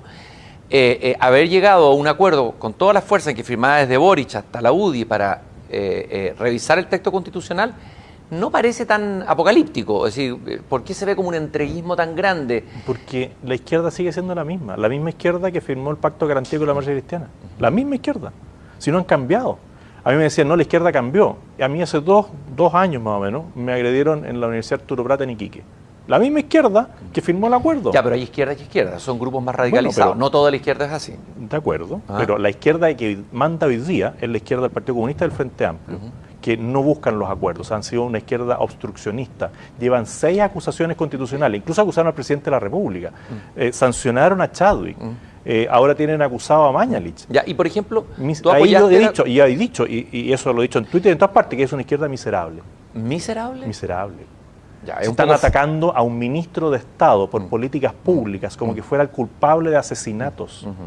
Eso es ser miserable. Están usando la política para llevar agua a su molino. No, yo estoy de acuerdo contigo, personalmente, tengo que decirlo, y lo he dicho públicamente, encuentro que... Pasa que yo soy a veces un poco tajante, inconducente esa acusación. Quiero volver al 18 de octubre. ¿Por qué llegamos al 18 de octubre? Sí, pero antes de eso, José Antonio, perdón, te quiero preguntar, es que van surgiendo cosas en el camino, perdona. Vamos a tener que alargar el programa. Con todo respeto. Oye, José Antonio... Con mucho respeto. Con todo respeto. Algunos tiemblan cuando digo esto, pero no, pero lo que estaba pensando es que tú decías las acusaciones constitucionales. Acaba de haber una acusación, o va a haber una acusación, o se abrió el camino una acusación que parece que tú apoyaste contra una jueza de la República en el Senado. Así es. Pero ese es el mismo procedimiento. No. Uno puede discutir el caso, pero es el mismo procedimiento con otro poder del Estado. Porque ella tuvo en sus manos la decisión. Ella tuvo en sus manos, porque ellos liberaron y le dieron libertad a una cantidad increíble de personas que habían cometido delito. Y yo estoy a favor del indulto, pero hay ciertos casos que merecen una atención mayor de los jueces, y ella era la jefa de la comisión, porque habían 2 jueces orales y habían 2 jueces de garantía, más ella que era la que lideraba la comisión. Por lo tanto, ella al decir, son todos los informes de gendarmería iguales y por lo tanto le vamos a dar el indulto a todo, es una negligencia en este caso que termina en un caso gravísimo. Gravísimo, si estamos de acuerdo en eso. La pregunta es que se ha puesto de moda acusar y empieza como que hay un desorden institucional, o sea, la Contraloría persiguiendo a Carabineros, el Senado. Sí, Contralor, perdona, pero me tocas varios temas. Entonces, este Contralor debería haber dejado su cargo cuando impugnó a la subcontralora, la señora Dorothy. ¿Ya? Y no, la política no cumplió su rol. Si él rompió todas las normas. Y ahora está rompiendo todas las normas. Sí. Él no tiene nada que decir frente a medidas que toma Carabineros, que él puede controlar el uso de los recursos. Pero la presidenta de Ana Gloria Cevich dice que esta acusación, de alguna manera, coloca al Poder Judicial en una situación tremendamente difícil, le quita independencia y coloca a otro poder impugnándolo desde afuera. O sea, contribuye a crear una sensación de que las instituciones en Chile están montadas una encima de la otra. Puede ser una gran oportunidad para que también el Poder Judicial sincere algunas situaciones y ayude a reformular cómo se nombran a algunos altos integrantes de los tribunales, que al final terminan siendo acuerdos políticos, uno tuyo, uno mío, uno tuyo, uno mío. Bueno, se pensó que el sistema funcionaba bien, pero se deformó, se descarriló. Entonces, bueno, lo que yo espero de los poderes del Estado es que en algún momento se sienten y dialoguen y conversen. Quedó inconclusa la pregunta de por qué, digamos, se alejaron ustedes tanto del gobierno hasta declararse oposición, fueron a entregar una carta y no fueron recibidos en la moneda. ¿Tú has conversado? Recibió la ministra vocera. La ministra, que es amiga tuya, creo. Carla Rubilar, gran persona. Que te tiene gran aprecio. Sí. Eso lo dijo públicamente. Pero, ¿tú has conversado con el presidente de la República? Solo una vez. ¿Solo una vez? ¿Por qué tan poco? No depende de mí.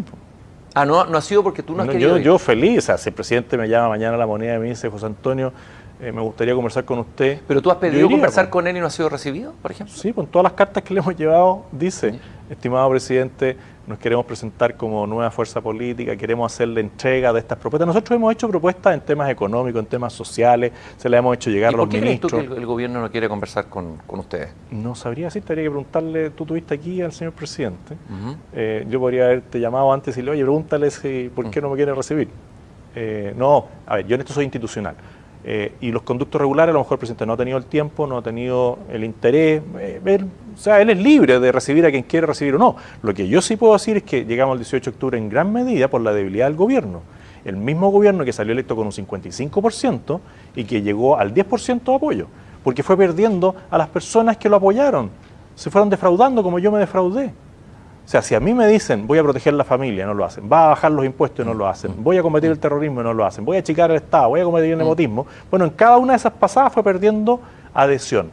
Y la final la perdió cuando dijo que venían tiempos mejores en el tema económico y la gente se dio cuenta que no venían. Hay cierto y después, perdona, y nosotros nos declaramos en oposición el 3 de marzo porque el camino constitucional que eligió el presidente de entregar la Constitución a cambio de nada, ni siquiera la paz, porque no se logró, y después el 18 de marzo nos cuadramos con el presidente y con el ministro de Salud y con el ministro de Hacienda. Tuvimos discrepancias serias con el ministro del Interior, porque para que el ministro de Salud hubiese sido más exitoso tenía que tener el apoyo del ministro del Interior en el tema del orden público, y no lo tuvo. José Antonio, a ver, yo entiendo que el tema constitucional para un sector de la derecha, el haber entregado todo aparentemente esa noche infausta o terrible, ¿no? Vengo preparado. Ya, la constitución política del Estado. Pero fíjate que Longueira, en ese mismo programa que tú fuiste en la Radio Pauta, donde yo conduzco humildemente... Gran programa. Desde el jardín, ¿ya? Todos los días a las 7:30 de la tarde, no vamos a hacer publicidad. Programa. Bueno, Pablo Longueira, yo le pregunté, ¿qué pasaría si Jaime Guzmán estuviera vivo? Jaime Guzmán tenía olfato e instinto político, inteligencia política. Nadie puede negar eso, incluso adversarios lo reconocen, ¿no? Gran inteligencia política. Él dice, me dijo Pablo Longueira, estoy seguro que Jaime Guzmán habría dicho, esta constitución ya cumplió 40 años, hizo lo que tenía que hacer, y pensar en una nueva constitución para las próximas décadas en un mundo que ha cambiado, no es algo tan tremendo, tan terrible. ¿Qué él habría estado en la postura en la que está él hoy día de votar a prueba? ¿Qué piensas tú de esa afirmación? Que está equivocado. ¿Ya? Porque Jaime Guzmán leía muy bien cuál era el escenario político. Y tú puedes llegar a acuerdos cuando alguien quiere acordar contigo. Pero aquí la derecha cayó en el engaño de la izquierda, y hoy día un tercio puede decir lo que puede estar en esta constitución o no. Eso ya no es una constitución que respeta a las minorías, es una constitución que la van a hacer las minorías y van a dejar ahí lo que quieren o lo que no quieran. ¿Qué pasa si la minoría de izquierda dice que no quiere Banco Central Independiente? Pero no va a ser tan fácil. Hay un plebiscito de salida. Bueno, ¿y por qué? Entonces, pero de nuevo, o sea, tenemos que esperar 2 años. No es que la tengan tan fácil. Tenemos que esperar 2 años para ir a un plebiscito de salida. Que si queda una hoja en blanco, lo más probable es que en el plebiscito de salida la gente les diga que no. Y si yo llegara a ser presidente por esas cosas del destino, ya, me esforzaría con mucho para que sea no. Porque además hoy día el engaño es decirle a la persona, la constitución la va a redactar usted. Y aquí todo el sistema que inventaron es para tener un segundo parlamento, donde van a estar los mismos que ya no pueden seguir en las reelecciones, porque al fin apareció la ley que le pone término a las reelecciones permanentes, y están tratando ahora de hacer unas adecuaciones para cambiar esa ley y abrirse nuevos espacios. Pero ¿quiénes van a estar aquí? Los más conocidos. Vamos a tener un parlamento 2.0. No 2.0 porque van a ganar menos, pero van a tener los mismos privilegios. La gente dice, oye, pero ¿qué importa que le paguen 2 millones? Y todos los asesores, y todos los viáticos, y todo el transporte, y el edificio, y todo esto y lo otro. Ya, pero sentarse a conversar. Yo entiendo que hay una izquierda que no te gusta, una izquierda que a veces... Hay un sector de la izquierda más insurreccional. Vamos a conversar en base a lo que dice acá. Pero, por ejemplo, te voy a ¿Qué dar un artículo ejemplo. cambiamos? Pero depende con quién te sientes a conversar. Por ejemplo, tú acá, Agustín Esquella, una persona de izquierda, centroizquierda, que uno podrá estar en desacuerdo con él, podrás tú... Pero un tipo dialogante, inteligente, y probablemente va a ir de candidato a constituyente, mucha gente está proponiéndolo. O sea... Si es que un partido lo lleva, si es que un partido lo lleva, porque si es independiente... No, si van a llevar independientes los socialistas, entiendo y todo, pero no te estás haciendo, o no se están haciendo ustedes un escenario un poco apocalíptico. Se dice que muchas veces la derecha actúa más desde el miedo. Yo me acuerdo que el miedo también cuando fue el plebiscito y el sí y el no, que si ganaba el no iba a ser la catástrofe, el caos, y no fue así. Lógico, porque estaba planificado en esta misma constitución. Esta misma constitución. Ya, pero o sea, se hizo una campaña del miedo, o sea, fue una campaña del miedo. Todo lo que tú quieras, porque lamentablemente la gente reacciona a pulsiones. Y el miedo es una de las pulsiones. Y en política muchas veces la usan mal. Pero esta constitución fue la que permitió la transición democrática. Todo se cumplió de acuerdo a lo que decían los artículos transitorios de la Constitución del 80, que fue modificada el año 89 en un plebiscito donde votó más gente que en la última elección presidencial. Pero eso nadie lo dice. El 90% de las personas de esas 7 millones de personas que votaron ese plebiscito, votó a favor de esto. Esta misma Constitución, el año 2005, que es la que tengo aquí, el decreto fue firmado por Ricardo Lagos y tiene 40 modificaciones. La última modificación la hicieron hace 2 meses atrás para el 10%. Entonces, yo no tengo problema en sentarme a conversar. Ya, pero hay algo simbólico también, José Antonio, tal vez hay algo simbólico que tal vez es necesario. No, tal vez Pinochet más que hecho si no, la posible legitimidad o legitimidad. ¿Qué puede ser discutible? Digo algo simbólico. Lo simbólico subjetivo es parte de la política. Que hay un momento en la historia de los países que no es malo pensar que se puede revisar el texto constitucional, se puede ¿Se debatir. ha revisado 42 veces? Ya, pero hagamos una conversión más. Incluso aunque sea agitada, tú ves que realmente va a ser un escenario apocalíptico. Va a ser lo agitado que te puedes imaginar. Ya, va a ser agitado. Imagínate un congreso. Pero van a ser aguas difíciles, pero los barcos sólidos tienen que cruzar las aguas difíciles. Pero imagínate un congreso como el de ahora, pero en Santiago, con los mismos de la bancada del 1%, que ellos mismos se tratan entre ellos como la bancada de los locos Adams, que no lo dije yo, lo dijo Vinter respecto de los otros. Bueno, ese nivel de parlamentarios es lo que vamos a tener ahora. Sí, pero ¿tú estás de acuerdo en que la Constitución, si es que gana la apruebo, sea rebatida por una convención constituyente? O sea, yo voy a levantar, no voy a ir yo, porque yo quiero ser candidato presidencial, Ya. pero el Partido Republicano va a levantar candidato de todas maneras, y al menos yo voto por la Asamblea Constituyente, no por la mixta. Si yo no quiero que los mismos parlamentarios que no han sido capaces de defender nada, que no han levantado la voz en nada y que están atrincherados cuidando sus sillones, sean los que vayan a esta asamblea. Yo quiero que llegue gente nueva, con ideas que defiende con convicción, con valentía. No el que tome la bandera del opositor Pero con y convicción, levante la bandera del otro. José Antonio, con convicción, pero también con la posibilidad de ceder, porque uno cuando se está a discutir tiene que ceder algunas cosas. O sea, no puede imponer su punto de vista, igual en un sector como el otro, izquierdo o derecha. Yo respeto la democracia, pero estoy trabajando firme para que gane el rechazo. Si pierde el rechazo, gana la apruebo, voy a trabajar firme y más firme para que asambleístas del Partido Republicano lleguen a la convención. Y dentro de la convención vamos a discutir desde una posición súper clara lo que nosotros queremos, que es lo que le ha faltado a este gobierno. Si este gobierno no tiene posición, entra a conversar una reforma tributaria subiendo los impuestos, entra a conversar una reforma previsional desde el ente público, entra a conversar no sé qué desde la vereda del frente, no defienden lo propio. Y tiene una oposición obstruccionista que le bloquea todo y no son capaces de ocupar la fuerza del Estado para hacer cosas como las que conversamos. La modernización del Estado no pasa por el Congreso, el nepotismo no pasa por el Congreso. El combate o darle respeto y autoridad a los carabineros no pasa por el Congreso. Entonces renunciaron a todo. ¿Cuáles serían las cosas irrenunciables en esta conversación para hacer una nueva constitución, desde tu punto de vista? Bueno, el artículo primero, el artículo 19, todo lo que dice relación con la separación de los poderes, yo estaría dispuesto a modificar gran parte de lo que es la iniciativa legal de los parlamentarios, aplicarle una sanción a los que juran o prometen respetar la Constitución y la vulneran.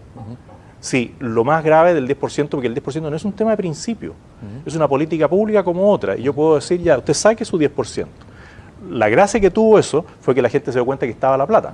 Por lo tanto, había seguridad, no se la había robado nadie, había rentabilidad. Pero lo grave es que infringieron la Constitución y hicieron fraude constitucional. Y eso nos resta legitimidad en el extranjero. Pero ahí a lo mejor debiera estar contentos los que defendían, digamos, esa política, porque finalmente es un triunfo. No, si por ese lado, yo digo, fue un efecto colateral no deseado, sí. Y yo feliz porque la gente se dio cuenta de que el sistema guarda bien su plata y le dio rentabilidad. Cosa que el Colegio de Profesores, por ejemplo, no pudo hacer ni siquiera con las cuotas mortuorias. ¿Por qué? ¿Qué pasó ahí? Perdón. Porque murió más gente al parecer de lo que tenían ahorrado y se habían gastado la plata. Que es lo mismo que le pasa a los comités de allegados cuando el tesorero se arranca o se va a algún lugar a gastarse la plata de todo, o como lo hicieron los gerentes de NAP. Hay que tener cuidado con los tesoreros, donde estén. Siempre. Estén donde nosotros estén. tenemos un gran tesorero, así que muchas gracias al tesorero del Partido Republicano. Sí, y a todos los que no están pagando sus cuotas, paguen las cuotas. A ver, tú dices que esa noche de alguna manera como que la derecha o el gobierno entregó la oreja, en el fondo. En el fondo eso es lo que se dice. Entregó la Constitución. Entregó la Constitución. Pero es curioso, porque quienes más se han opuesto a ese acuerdo son los sectores como más extremos. En el Frente Amplio hubo quienes acusaron a Boris de traidor, lo funaron en la calle. No digas lo más extremo porque yo no soy extremo. Si tú quieres decir que la izquierda es extrema, ni un problema, pero a mí no me vengas a decir. Ok, no, si no quiero encasillarte ni mucho, pero estoy jugando con las palabras, como tú dices, metáfora, ¿ya? A propósito de tu Twitter. Fíjate tú que Boric... Puede que soy el menor de 10, entonces juego rápido. Tienes que, ya sí, así se ve. Boric vota, yo lo encontré bastante corajudo, y un sector de su partido lo acusó de traidor, sacaron fotos en las redes sociales. Lo funaron, de hecho. Lo funaron. Y la izquierda no celebró, porque si esto hubiera sido un triunfo de la izquierda no salió a celebrar con un carnaval ese acuerdo. Más bien se dedicó a lamentarse de este acuerdo, dijo que era entre cuatro paredes.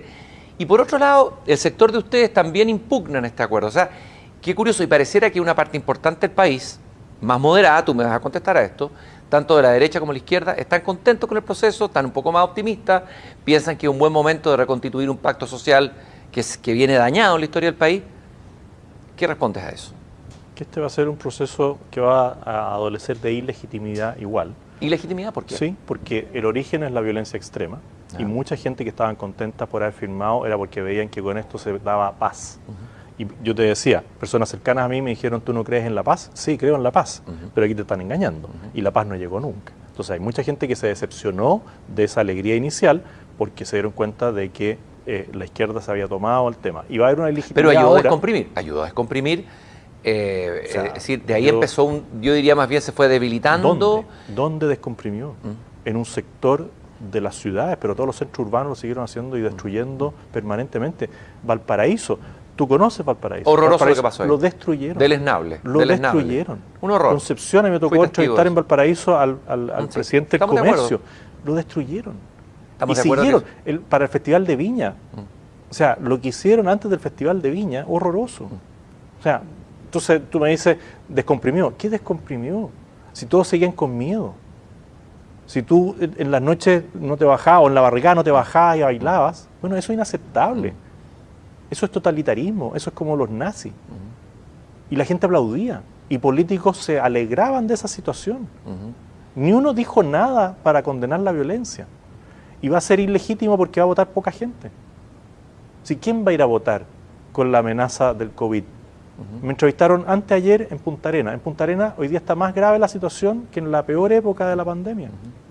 Y reclamaban porque cuando fue el ministro Mañalich, el tipo llegó y puso orden, dijo aquí, acá, acá. Fue el ministro París y no dijo nada. ¿Tú criticas la gestión del ministro París? O sea, yo lo apoyo como ministro y entiendo que tiene una situación súper difícil. Pero hay situaciones que me parecen absolutamente inapropiadas, como por ejemplo tratar de colega al Machi Celestino, que para mí es un asesino. No es médico. ¿Y ahí en qué juego cae? ¿En el juego que le dice el gobierno? En ir como ahí critican en Punta Arenas, ir a los medios y no a decir vamos a hacer esto, esto, esto y determinar qué cosas se van a hacer. Decir que el plebiscito se va a hacer a toda costa. Bueno, yo tiendo a pensar que el plebiscito se va a hacer y por eso nosotros ya estamos trabajando para el rechazo, pero yo creo que es un plebiscito que sale de todos los marcos de la razonabilidad. Y si que se dispararan los contagios, lo vamos a hacer igual. Entonces, pero son declaraciones que yo creo que no se justifican. Todo dice que el plebiscito se va a hacer. Yo creo que se va a terminar haciendo y nosotros que estamos trabajando. La mayoría del país pareciera, según casi en todas las encuestas, incluso el sentido común de mucha gente con lo que tú hablas, que la prueba va a ganar de manera, digamos, va a arrasar la prueba. ¿Cómo lo percibes Contemos los votos. A ver, pero ¿cómo lo percibes tú? ¿Cómo lo perciben ustedes? El sí en Colombia también iba a arrasar. Y estaba Santos, el presidente del momento, apoyado incluso por el actual presidente Sebastián Piñera, por el sí. Y Uribe, que estaba por el no a la paz, imagínate, terminó ganando. Entonces, el Brexit no iba a ganar por ningún lado y terminó ganando. Yo no digo que la realidad sea igual. En Chile tenemos una situación adversa porque tenemos un gobierno que está jugado por el apruebo, tenemos líderes del sector. ¿Está jugado por el apruebo del gobierno? Sí. Algunos dicen que desde izquierda dice que está jugado por el rechazo. No, pero a ver, el presidente, ¿en qué parada está? El presidente quiere pasar a la historia diciendo que él impulsó el proceso de cambio constitucional. Entonces el gobierno es el presidente, pues si ¿quién hace algo que no diga el presidente? Sí, es una cosa increíble como además cambian las personas cuando llegan al gobierno. A mí me tocó estar en la UDI cuando Pablo Longueira, respaldando lo que nosotros decíamos desde la bancada, dijo tenemos que hacer cambios radicales en el gobierno. Y llegó al gobierno y se enamoró del gobierno. Y hoy día tenemos líderes como Lavín, como el mismo Longueira. Entonces, claro, es más difícil. Porque cuando tienes un partido político como la UDI, que está por el rechazo, pero tiene a su líder por el apruebo, y después la presidenta dice nosotros vamos por los votos y por ganar a cualquier costa. Bueno, yo no voy al poder por el poder, yo voy al poder por una convicción de que desde el poder, con autoridad, tú puedes cambiarle la vida a millones de personas. Y eso requiere convicción, porque si no, al final cedes a cualquier presión y cedes al poder por el poder. Y eso al menos yo no lo hago. ¿Te ha costado penetrar, que tu nombre penetre, entre en los sectores populares, sea conocido en los sectores populares por el tema? Estamos hablando de las encuestas presidenciales. Ahí hay un terreno donde te ha costado, reconoces que ha sido más difícil, no, se te conoce menos, se te confunde. Mira, sí, a ver, nos confunden con mi sobrino. Tenemos miradas distintas en algunas cosas, pero coincidimos en muchas otras. Pero yo siempre le hago la pregunta a las personas que me invitan, ¿en qué comuna yo saqué más votos para la elección presidencial? ¿Y cuál fue esa comuna? Lota y Coronel. Impresionante, es un bastión del izquierda. Partido Comunista, antiguamente. ¿Por qué? Bastión obrero. Porque la gente hoy día vota por valores, no por colores, vota por las personas, no por la ideología. Y cuando la izquierda empezó a cuestionar el valor de la vida, la libertad de culto, la libertad de enseñanza, el valor de la familia, la gente dijeron, aquí alguien me engañó. Porque me prometieron algo y hoy día se desviaron. Y ahí hay un mundo cristiano evangélico gigante. Y yo a ellos sí les agradezco mucho, porque gran parte de la votación que yo saqué en la primera vuelta es del mundo cristiano evangélico, siendo yo católico. Pero ven, por último, alguien que habla con la verdad, al menos yo al menos digo las cosas que pienso y hago buenamente las cosas que digo. Muchos dicen que ese voto que tú tienes, que es como un voto duro, no voy a decir de la extrema derecha para que no te ofenda. De nicho. De la derecha, ¿ya? Es el voto duro No me ofendo, es el resto del voto duro pinochetista, que también tiene arraigo popular. ¿Estás de acuerdo con eso? Debe haber, seguramente, Ya. pero nosotros superamos con creces el nicho. Cuando hablaban de que yo era un candidato de nicho, y una vez me tocó en un debate en la Universidad Adolfo Ibáñez, con Cristóbal Belolio, que me invitó muy generosamente después de que había sido agredido en la Universidad Arturo Prat, me dijo, aquí vamos a permitir el debate. Bueno, él se sorprendió, porque cuando entré, el auditorio casi se cayó de aplauso. Ya. Y él me dijo, oye, pero tú eres un candidato, ¿qué se siente ser un candidato de nicho? De todos los militares en retiro, de todos los cristianos evangélicos. Entonces le dije, Los antiguos pinochetistas. bueno, pero le dije, bienvenido, porque tú eres hijo de la familia militar. Pues. Si tu abuelo era Badiola, ministro, o sea, director de la DGD, y se anduvo enojando. ¿Ya? Pero él también es parte de esa familia militar que no vota por mí. Entonces yo voy mucho más allá de eso, mucho más allá. Porque el sentido común no tiene color político. Entonces, cuando ya nosotros llegamos al 8%, imagina que cuando partimos hace 4 años, yo quedaba debiendo en las encuestas. En la elección sacamos el 8. Y hoy día en todas las encuestas me mantengo entre el 6, el 8, 7, pero parejito ahí. Bueno, parto de un piso que es varias veces superior al 2%. Tenemos un movimiento social, tenemos un centro de estudio, tenemos organizaciones que trabajan en el trabajo legislativo y un partido político. Entonces, claramente hemos crecido, hemos constituido un partido contra la violencia, en momentos de mucha violencia, donde no podíamos hacer actos públicos porque destruían los locales. Los mismos que querían el acuerdo y conversar destruían los locales, y después con pandemia. Nuestras inscripciones hoy día son todas de manera virtual. Aprovecho para pasar una visita ahí a las regiones donde no nos hemos constituido. Magallanes, Aysén y Atacama. Inscríbanse en el ¿Cuál CERVEL. es tu relación con la figura de Pinochet? ¿Tú te defines como pinochetista o no? No, Ya. nunca. Yo no me definí nunca guzmanista, teniendo un aprecio gigante por Jaime Guzmán, ¿Ya? pero nunca fui guzmanista. Yo era defensor de las ideas de la libertad, de la defensa de la persona, y con Pinochet, yo nunca una vez estuve con Pinochet, creo, en una ceremonia pública, pero no lo conocí. Mi hermano fue ministro. ¿Pero cómo de lo él, evalúa históricamente? como un presidente de Chile de luces y de sombras, como dicen algunos, Ya. pero yo me quedo con las luces. A mí siempre me dicen que soy ¿Pero un negacionista. ¿Fue un dictador o no fue un dictador? Fue un gobierno autoritario, fue un gobierno militar, no fue una tiranía, como dicen, porque no ocupó ni el populismo, ni... Ya, pero hubo atropello a los derechos humanos, Sí, no yo hubo no lo he prensa negado libre, nunca. o sea, Yo nunca he negado. así como se condena a Maduro No. hay que condenar a Pinochet también. Sí, pero no digamos. tiene ninguna comparación. ¿Ah? No tiene ninguna Ya, pero comparación. son dictadores Eso es una de distintos narcodictadura. signos, ¿no? Eso es una narcodictadura. Ya, ok. Pero más allá Pero de eso... dictadura es dictadura, ¿o no? Pero yo nunca he negado Ya. la violación de derechos humanos, Ya. nunca. De hecho, hay gente presa, si es cosa de ir a Colina, uno, ¿no es cierto?, Ya. y a Punta Peu, donde yo sí he ido, y han ido otros, y después como que dicen no, en realidad no. ¿Hay violación de derechos humanos? Sí, se dieron. Yo lo que discuto son algunas sentencias de algunos jueces que se dirigen más por una ideología que por la aplicación del derecho. Sí, Chile suscribió un tratado que sanciona los delitos de lesa humanidad, pero en el derecho penal, cada vez que se dicta una ley que es más dura para el autor del delito, se aplica de ahí para adelante. Aquí en Chile se aplicó para atrás. Aquí había ley de amnistía, se amnistió a personas que participaron en atentados de la izquierda hacia el mundo militar. ¿No sientes que Pinochet mismo abandonó a algunos de los militares subalternos, haciéndolos asumir a ellos toda la responsabilidad de no haberla asumido él? Quizás habría sido mucho más heroico si él hubiese dicho, yo asumo la responsabilidad. No se dio, no se hizo, pero eso no tiene por qué empañar todo lo bueno que se hizo durante ese periodo. Tú puedes ir a muchos lugares de sectores muy populares y aunque tú no lo creas vas a ver imágenes de Augusto Pinochet, porque le dicen, yo a este señor le debo mi casa, yo gracias a este señor tengo agua potable, tengo luz eléctrica. El tema de las casetas sanitarias, que hoy día no es una solución aceptable, Bueno, solucionó un tema endémico en Chile que eran los campamentos. Ya, pero imaginemos que el régimen de Fidel Castro, de los Castro, hubiera resultado bien, cosa bien improbable. El país hubiera desarrollado, hubiera tenido desarrollo económico, pero hubiera sido una dictadura. ¿Tú cómo la evaluarías? Porque depende. ¿es Si hubiese hecho dictadura esta o no es constitución dictadura?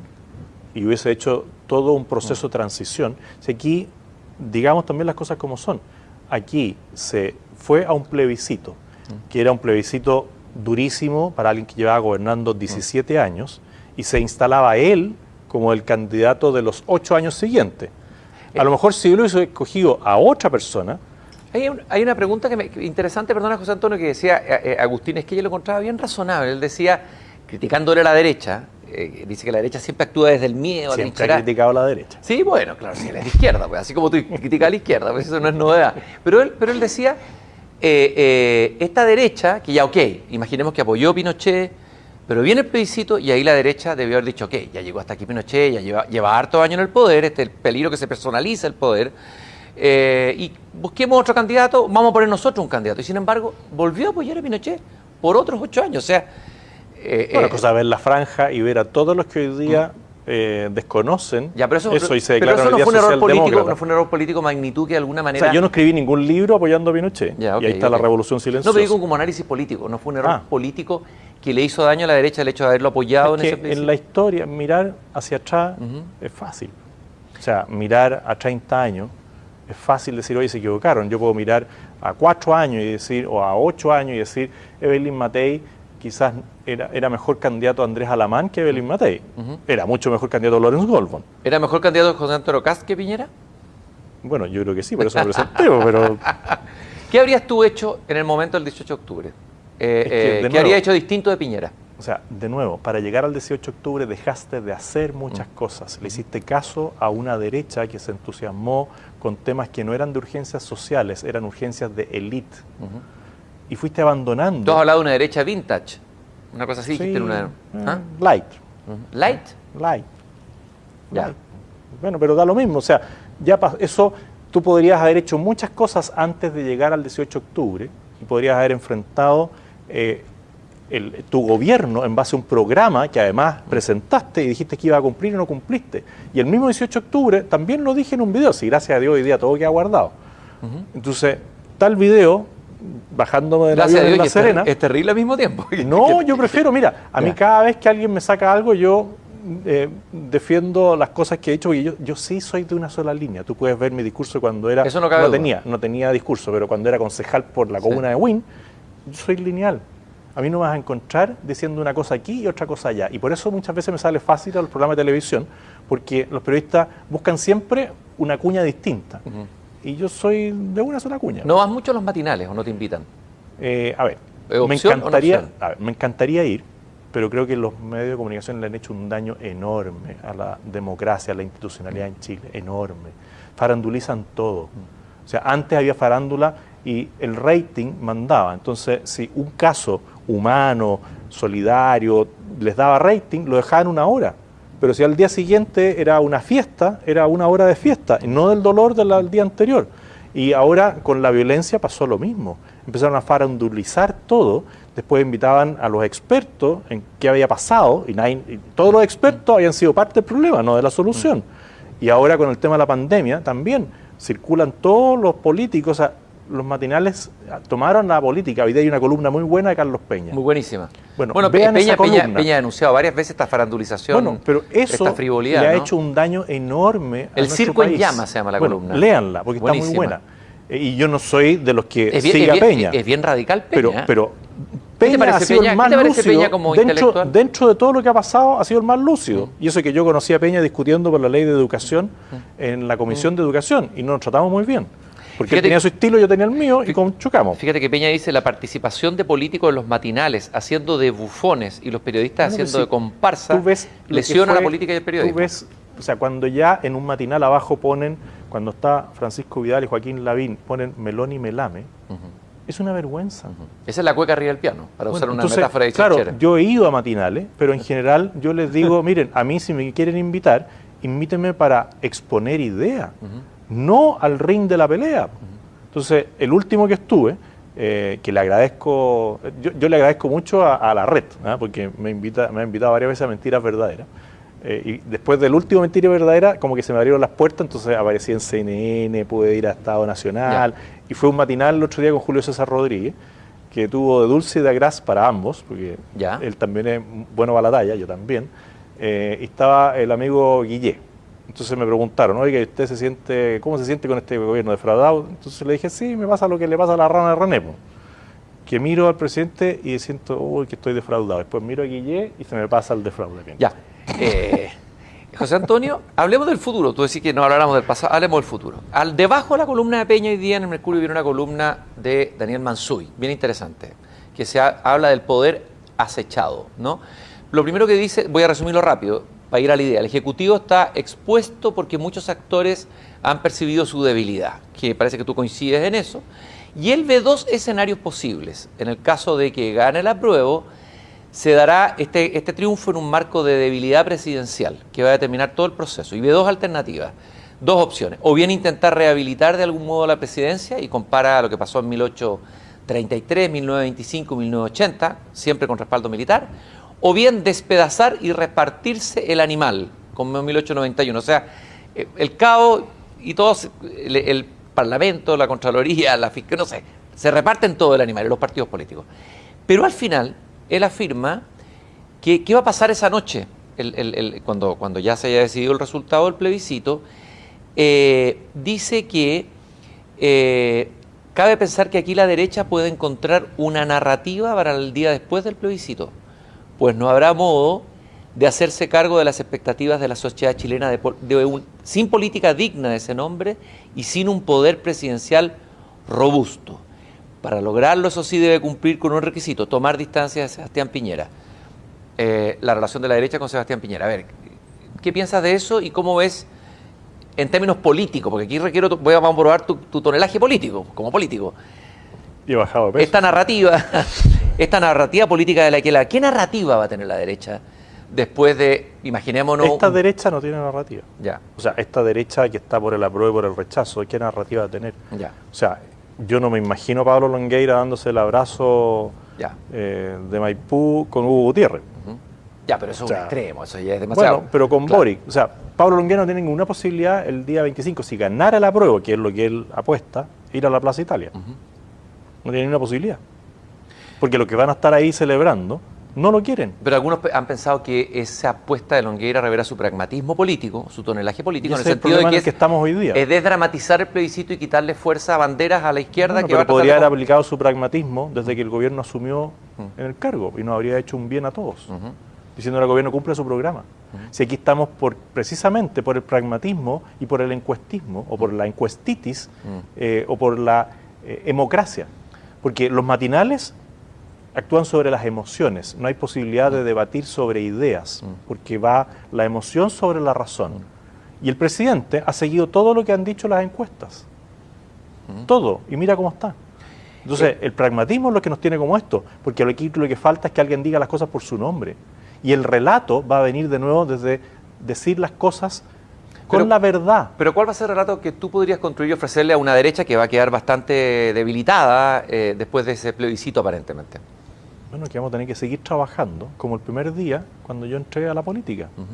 Esto también tiene ciclos y la gente en algún momento se va a sentir muy defraudada de nuevo, porque los mismos que propusieron que la democracia iba a solucionar todos los problemas habidos por haber y no los solucionó, son los mismos que le dijeron que el año 2005 había una nueva forma de ver Chile, son los mismos que le regalaron el Transantiago, son los mismos que le han prometido y no han cumplido. Ahora le prometen que a partir de una nueva constitución va a haber un nuevo Chile, y eso es mentira.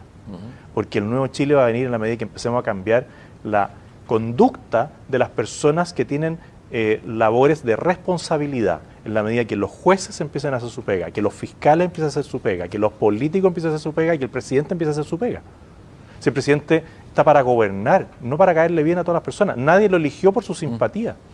Lo eligieron por su capacidad de gestión, que se demostró en la pandemia, pero demostró su total ineptitud política, porque es un mal político y un buen gestor. Quiero hacerte una última pregunta, José Antonio, que me tiene inquieto. A mí, que formo parte de este mundo intelectual. Que Que tú te pongas inquieto es difícil. A ver, no, si me pongo inquieto, me he puesto varias veces en esta misma entrevista, ¿eh? Me he puesto a veces nervioso e inquieto. Tú en una columna al Clinic, que la encontré bien divertida, dijiste, soy hombre, blanco, maduro, heterosexual y patriota, ¿ya? Rápidamente quiero que me definas qué significa para ti ser patriota.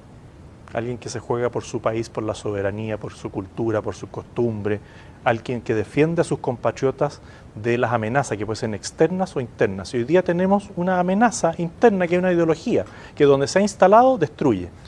Y esa ideología está en el extremo en Venezuela y en Cuba, pero también está en Nicaragua. ¿Pero tú crees está en realmente Argentina. que Chile va a llegar a la situación de Venezuela? Eso es un poquito exagerado. No, vamos a hacer una escala, por Argentina y nos vamos a ir a un Estado benefactor. Ahora hablan de Estado solidario, ¿Ya? como si el Estado fuera solidario. Las personas son solidarias. ¿Y tú? El Estado es solidario ¿con qué? Con los bienes tuyos. Si tú tienes 2 casas, te decís, sea solidario con el que no tiene una casa. El Estado es solidario con alzar los impuestos, que es la receta fácil de la izquierda. Todo se soluciona subiendo los impuestos. Hasta ahora, hasta la UDI dijo que iba a subir los impuestos. Sí, este es un virus muy contagioso, la demagogia. Ahora, dentro de patriota, ¿cabe asumir, por ejemplo, la condición de mestizaje de nuestro país? Todo lo que ha pasado con los pueblos indígenas, ¿cuál es tu mirada? Más allá incluso del tema del orden público de la Araucanía, el tema de fondo. Tenemos que asumir nuestra historia. Tú puedes leer El veterano de 3 guerras, puedes leer a otros historiadores, no es una novela, pero puedes leer a historiadores y sí, se dieron situaciones críticas, pero es parte de nuestra historia. Aquí la mal llamada, o la llamada, como le quieran decir, pacificación de la Araucanía, dio títulos de dominio por 500.000 hectáreas. Y después se hizo una revisión de eso y se dieron cuenta que faltaban 50.000. Pero hoy día se han entregado 250.000. Y la ley indígena ha generado una violencia que quizás no estuvo en la mente de nadie. Pero los que quisieron aprovecharse se aprovecharon del artículo que dice que tiene que haber conflicto para recuperar un terreno, donde ni siquiera había título de merced, no había nada. ¿Tú crees que soluciona la Araucanía solo restableciendo el orden público o es algo mayor? No, Yo creo aquí esto es mucho más grande. Aquí tú requieres reconocer ciertas situaciones, tienes que reconocer ciertas formas, costumbres, culturas de los pueblos ancestrales, pero tienes que volver a validar, por ejemplo, los loncos. La ley indígena instala a los presidentes de las comunidades, instala la posibilidad de que personas que no son de la etnia mapuche se conviertan en mapuches. Tienes que, con la habilidad y la fuerza, enfrentar esto. Y la habilidad es el gobierno aplicado en toda su potencia. Impuestos internos, el SAC, INDAP, CONAF. Esto no es fuerza, no es solamente fuerza. Tú para hacer un control policial y controlar si alguien está trasladando droga o está trasladando armas, necesitas un control policial. O como en Europa, una mezcla entre policía y fuerzas armadas. No es solamente fuerza. Tú tienes que hacer que el que transita con un camión sin patente, el que transita con madera robada, con guías falsas, el que infringe cualquier norma tenga una sanción. El Estado de Derecho es mucho más que la fuerza. Ya, pero espérate, pero hay un problema de fondo, cultural, potente, político en la Araucanía que requiere diálogo, requiere acuerdo, requiere cierto reconocimiento simbólico. Todos son habitantes de la región de la Araucanía, de Arauco. La mayoría de la gente quiere paz. Incluso hay gente que dentro de las comunidades son violentadas por liderazgos negativos y violentos. Entonces, cualquier cosa que tú quieras hacer requiere orden público, requiere paz. Estamos de acuerdo social. en eso, pero no basta con eso. Pero es importante, es fundamental. No puedes sentarte a conversar con alguien que te permanentemente está amenazando o está violentando tu vida. Ustedes firmaron un documento entre varias personas transversalmente. Chile, un camino posible. Sí. Bueno, con Javier Pará, sí, con Felipe Río. Y es muy notable y es muy destacable. Pero llegan a ciertos consensos y dicen, no podemos avanzar si no hay paz social. Absolutamente. Estoy de acuerdo con eso.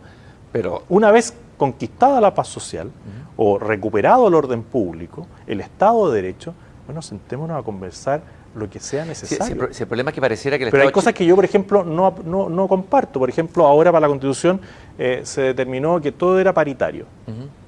Bueno, yo creo que es profundamente injusto y antidemocrático. Si salen electas más mujeres, ¿por qué van a tener que perder el cargo las mujeres por poner hombres? Y si salen electos más hombres, ¿por qué van a tener que perder el cargo para que salgan más mujeres? No me parece. Los cupos reservados para los pueblos ancestrales, bueno, entonces vamos a tener cupos reservados para las minorías también. José Antonio, quiero agradecerte haber asistido a esta conversación. Como estamos en 18, nos pasamos un poco del tiempo porque estaba muy interesante. La pregunta que me inquietaba la dejé la dejé pasar, pero tenía que ver con que tú dijiste en un momento... Yo tengo todo el tiempo del mundo. Tú dijiste en esta entrevista, como que tuviste un discurso antiintelectual. ¿Ah? Antiintelectual. O sea, antiintelectuales. Creo que con Belolio fue una respuesta a Belolio que tú dices, ¿será porque no tuvo el privilegio? Porque te categorizan, ¿no es cierto? Te molesta, yo lo entiendo, que te hagan una caricatura y qué sé yo. ¿Será porque no tuve el privilegio de estudiar un posgrado y llenarme de conceptos, ideas foráneas o citas de autores extravagantes Sí. que son capaces de explicar cómo funciona el mundo desde una biblioteca? Sí. Eso me inquietó porque yo trabajo en una biblioteca al y... revés. Yo valoro y creo que le ha faltado a la derecha, sobre todo, profundidad intelectual. Nosotros hemos perdido grandes pensadores. Hoy día está apareciendo Mansuy y otros más, ¿no es cierto? Está Carlos Frontauro, está Gonzalo Rojas, pero nos falta mucho. Nos falta tonelaje. Entonces, espesor. Claro, densidad, nos falta mucho y eso hay que recuperarlo, pero siempre el pragmatismo, el cosismo, ha atentado contra la profundidad del pensamiento. Ya ha debilitado la política. Esta Constitución, cuando la gente la lee, porque la gente no la ha leído, se da cuenta de que es una obra muy bien escrita, que tú le puedes hacer cambios, como dijo Patricio. Bueno, pero hay cosas muy bien escritas como el Manifiesto del Partido Comunista, que es una obra literaria maravillosa, pero es pétreo, eso sí que es pétreo, por eso no lo han cambiado. No, pero nada. es bello, un fantasma recorre Europa. Yo dije que un fantasma recorría la moneda. José Antonio, muchas gracias por haber asistido aquí en persona, tomándote un día probablemente dentro del descanso de las fiestas patrias. Gracias por haber estado aquí en esta larga conversación. Muchas gracias a ti y a todos los que hacen posible esta instancia de debate y conversación. Muchas gracias por acompañarnos en persona. Nos encontramos el próximo domingo a las 7 de la tarde.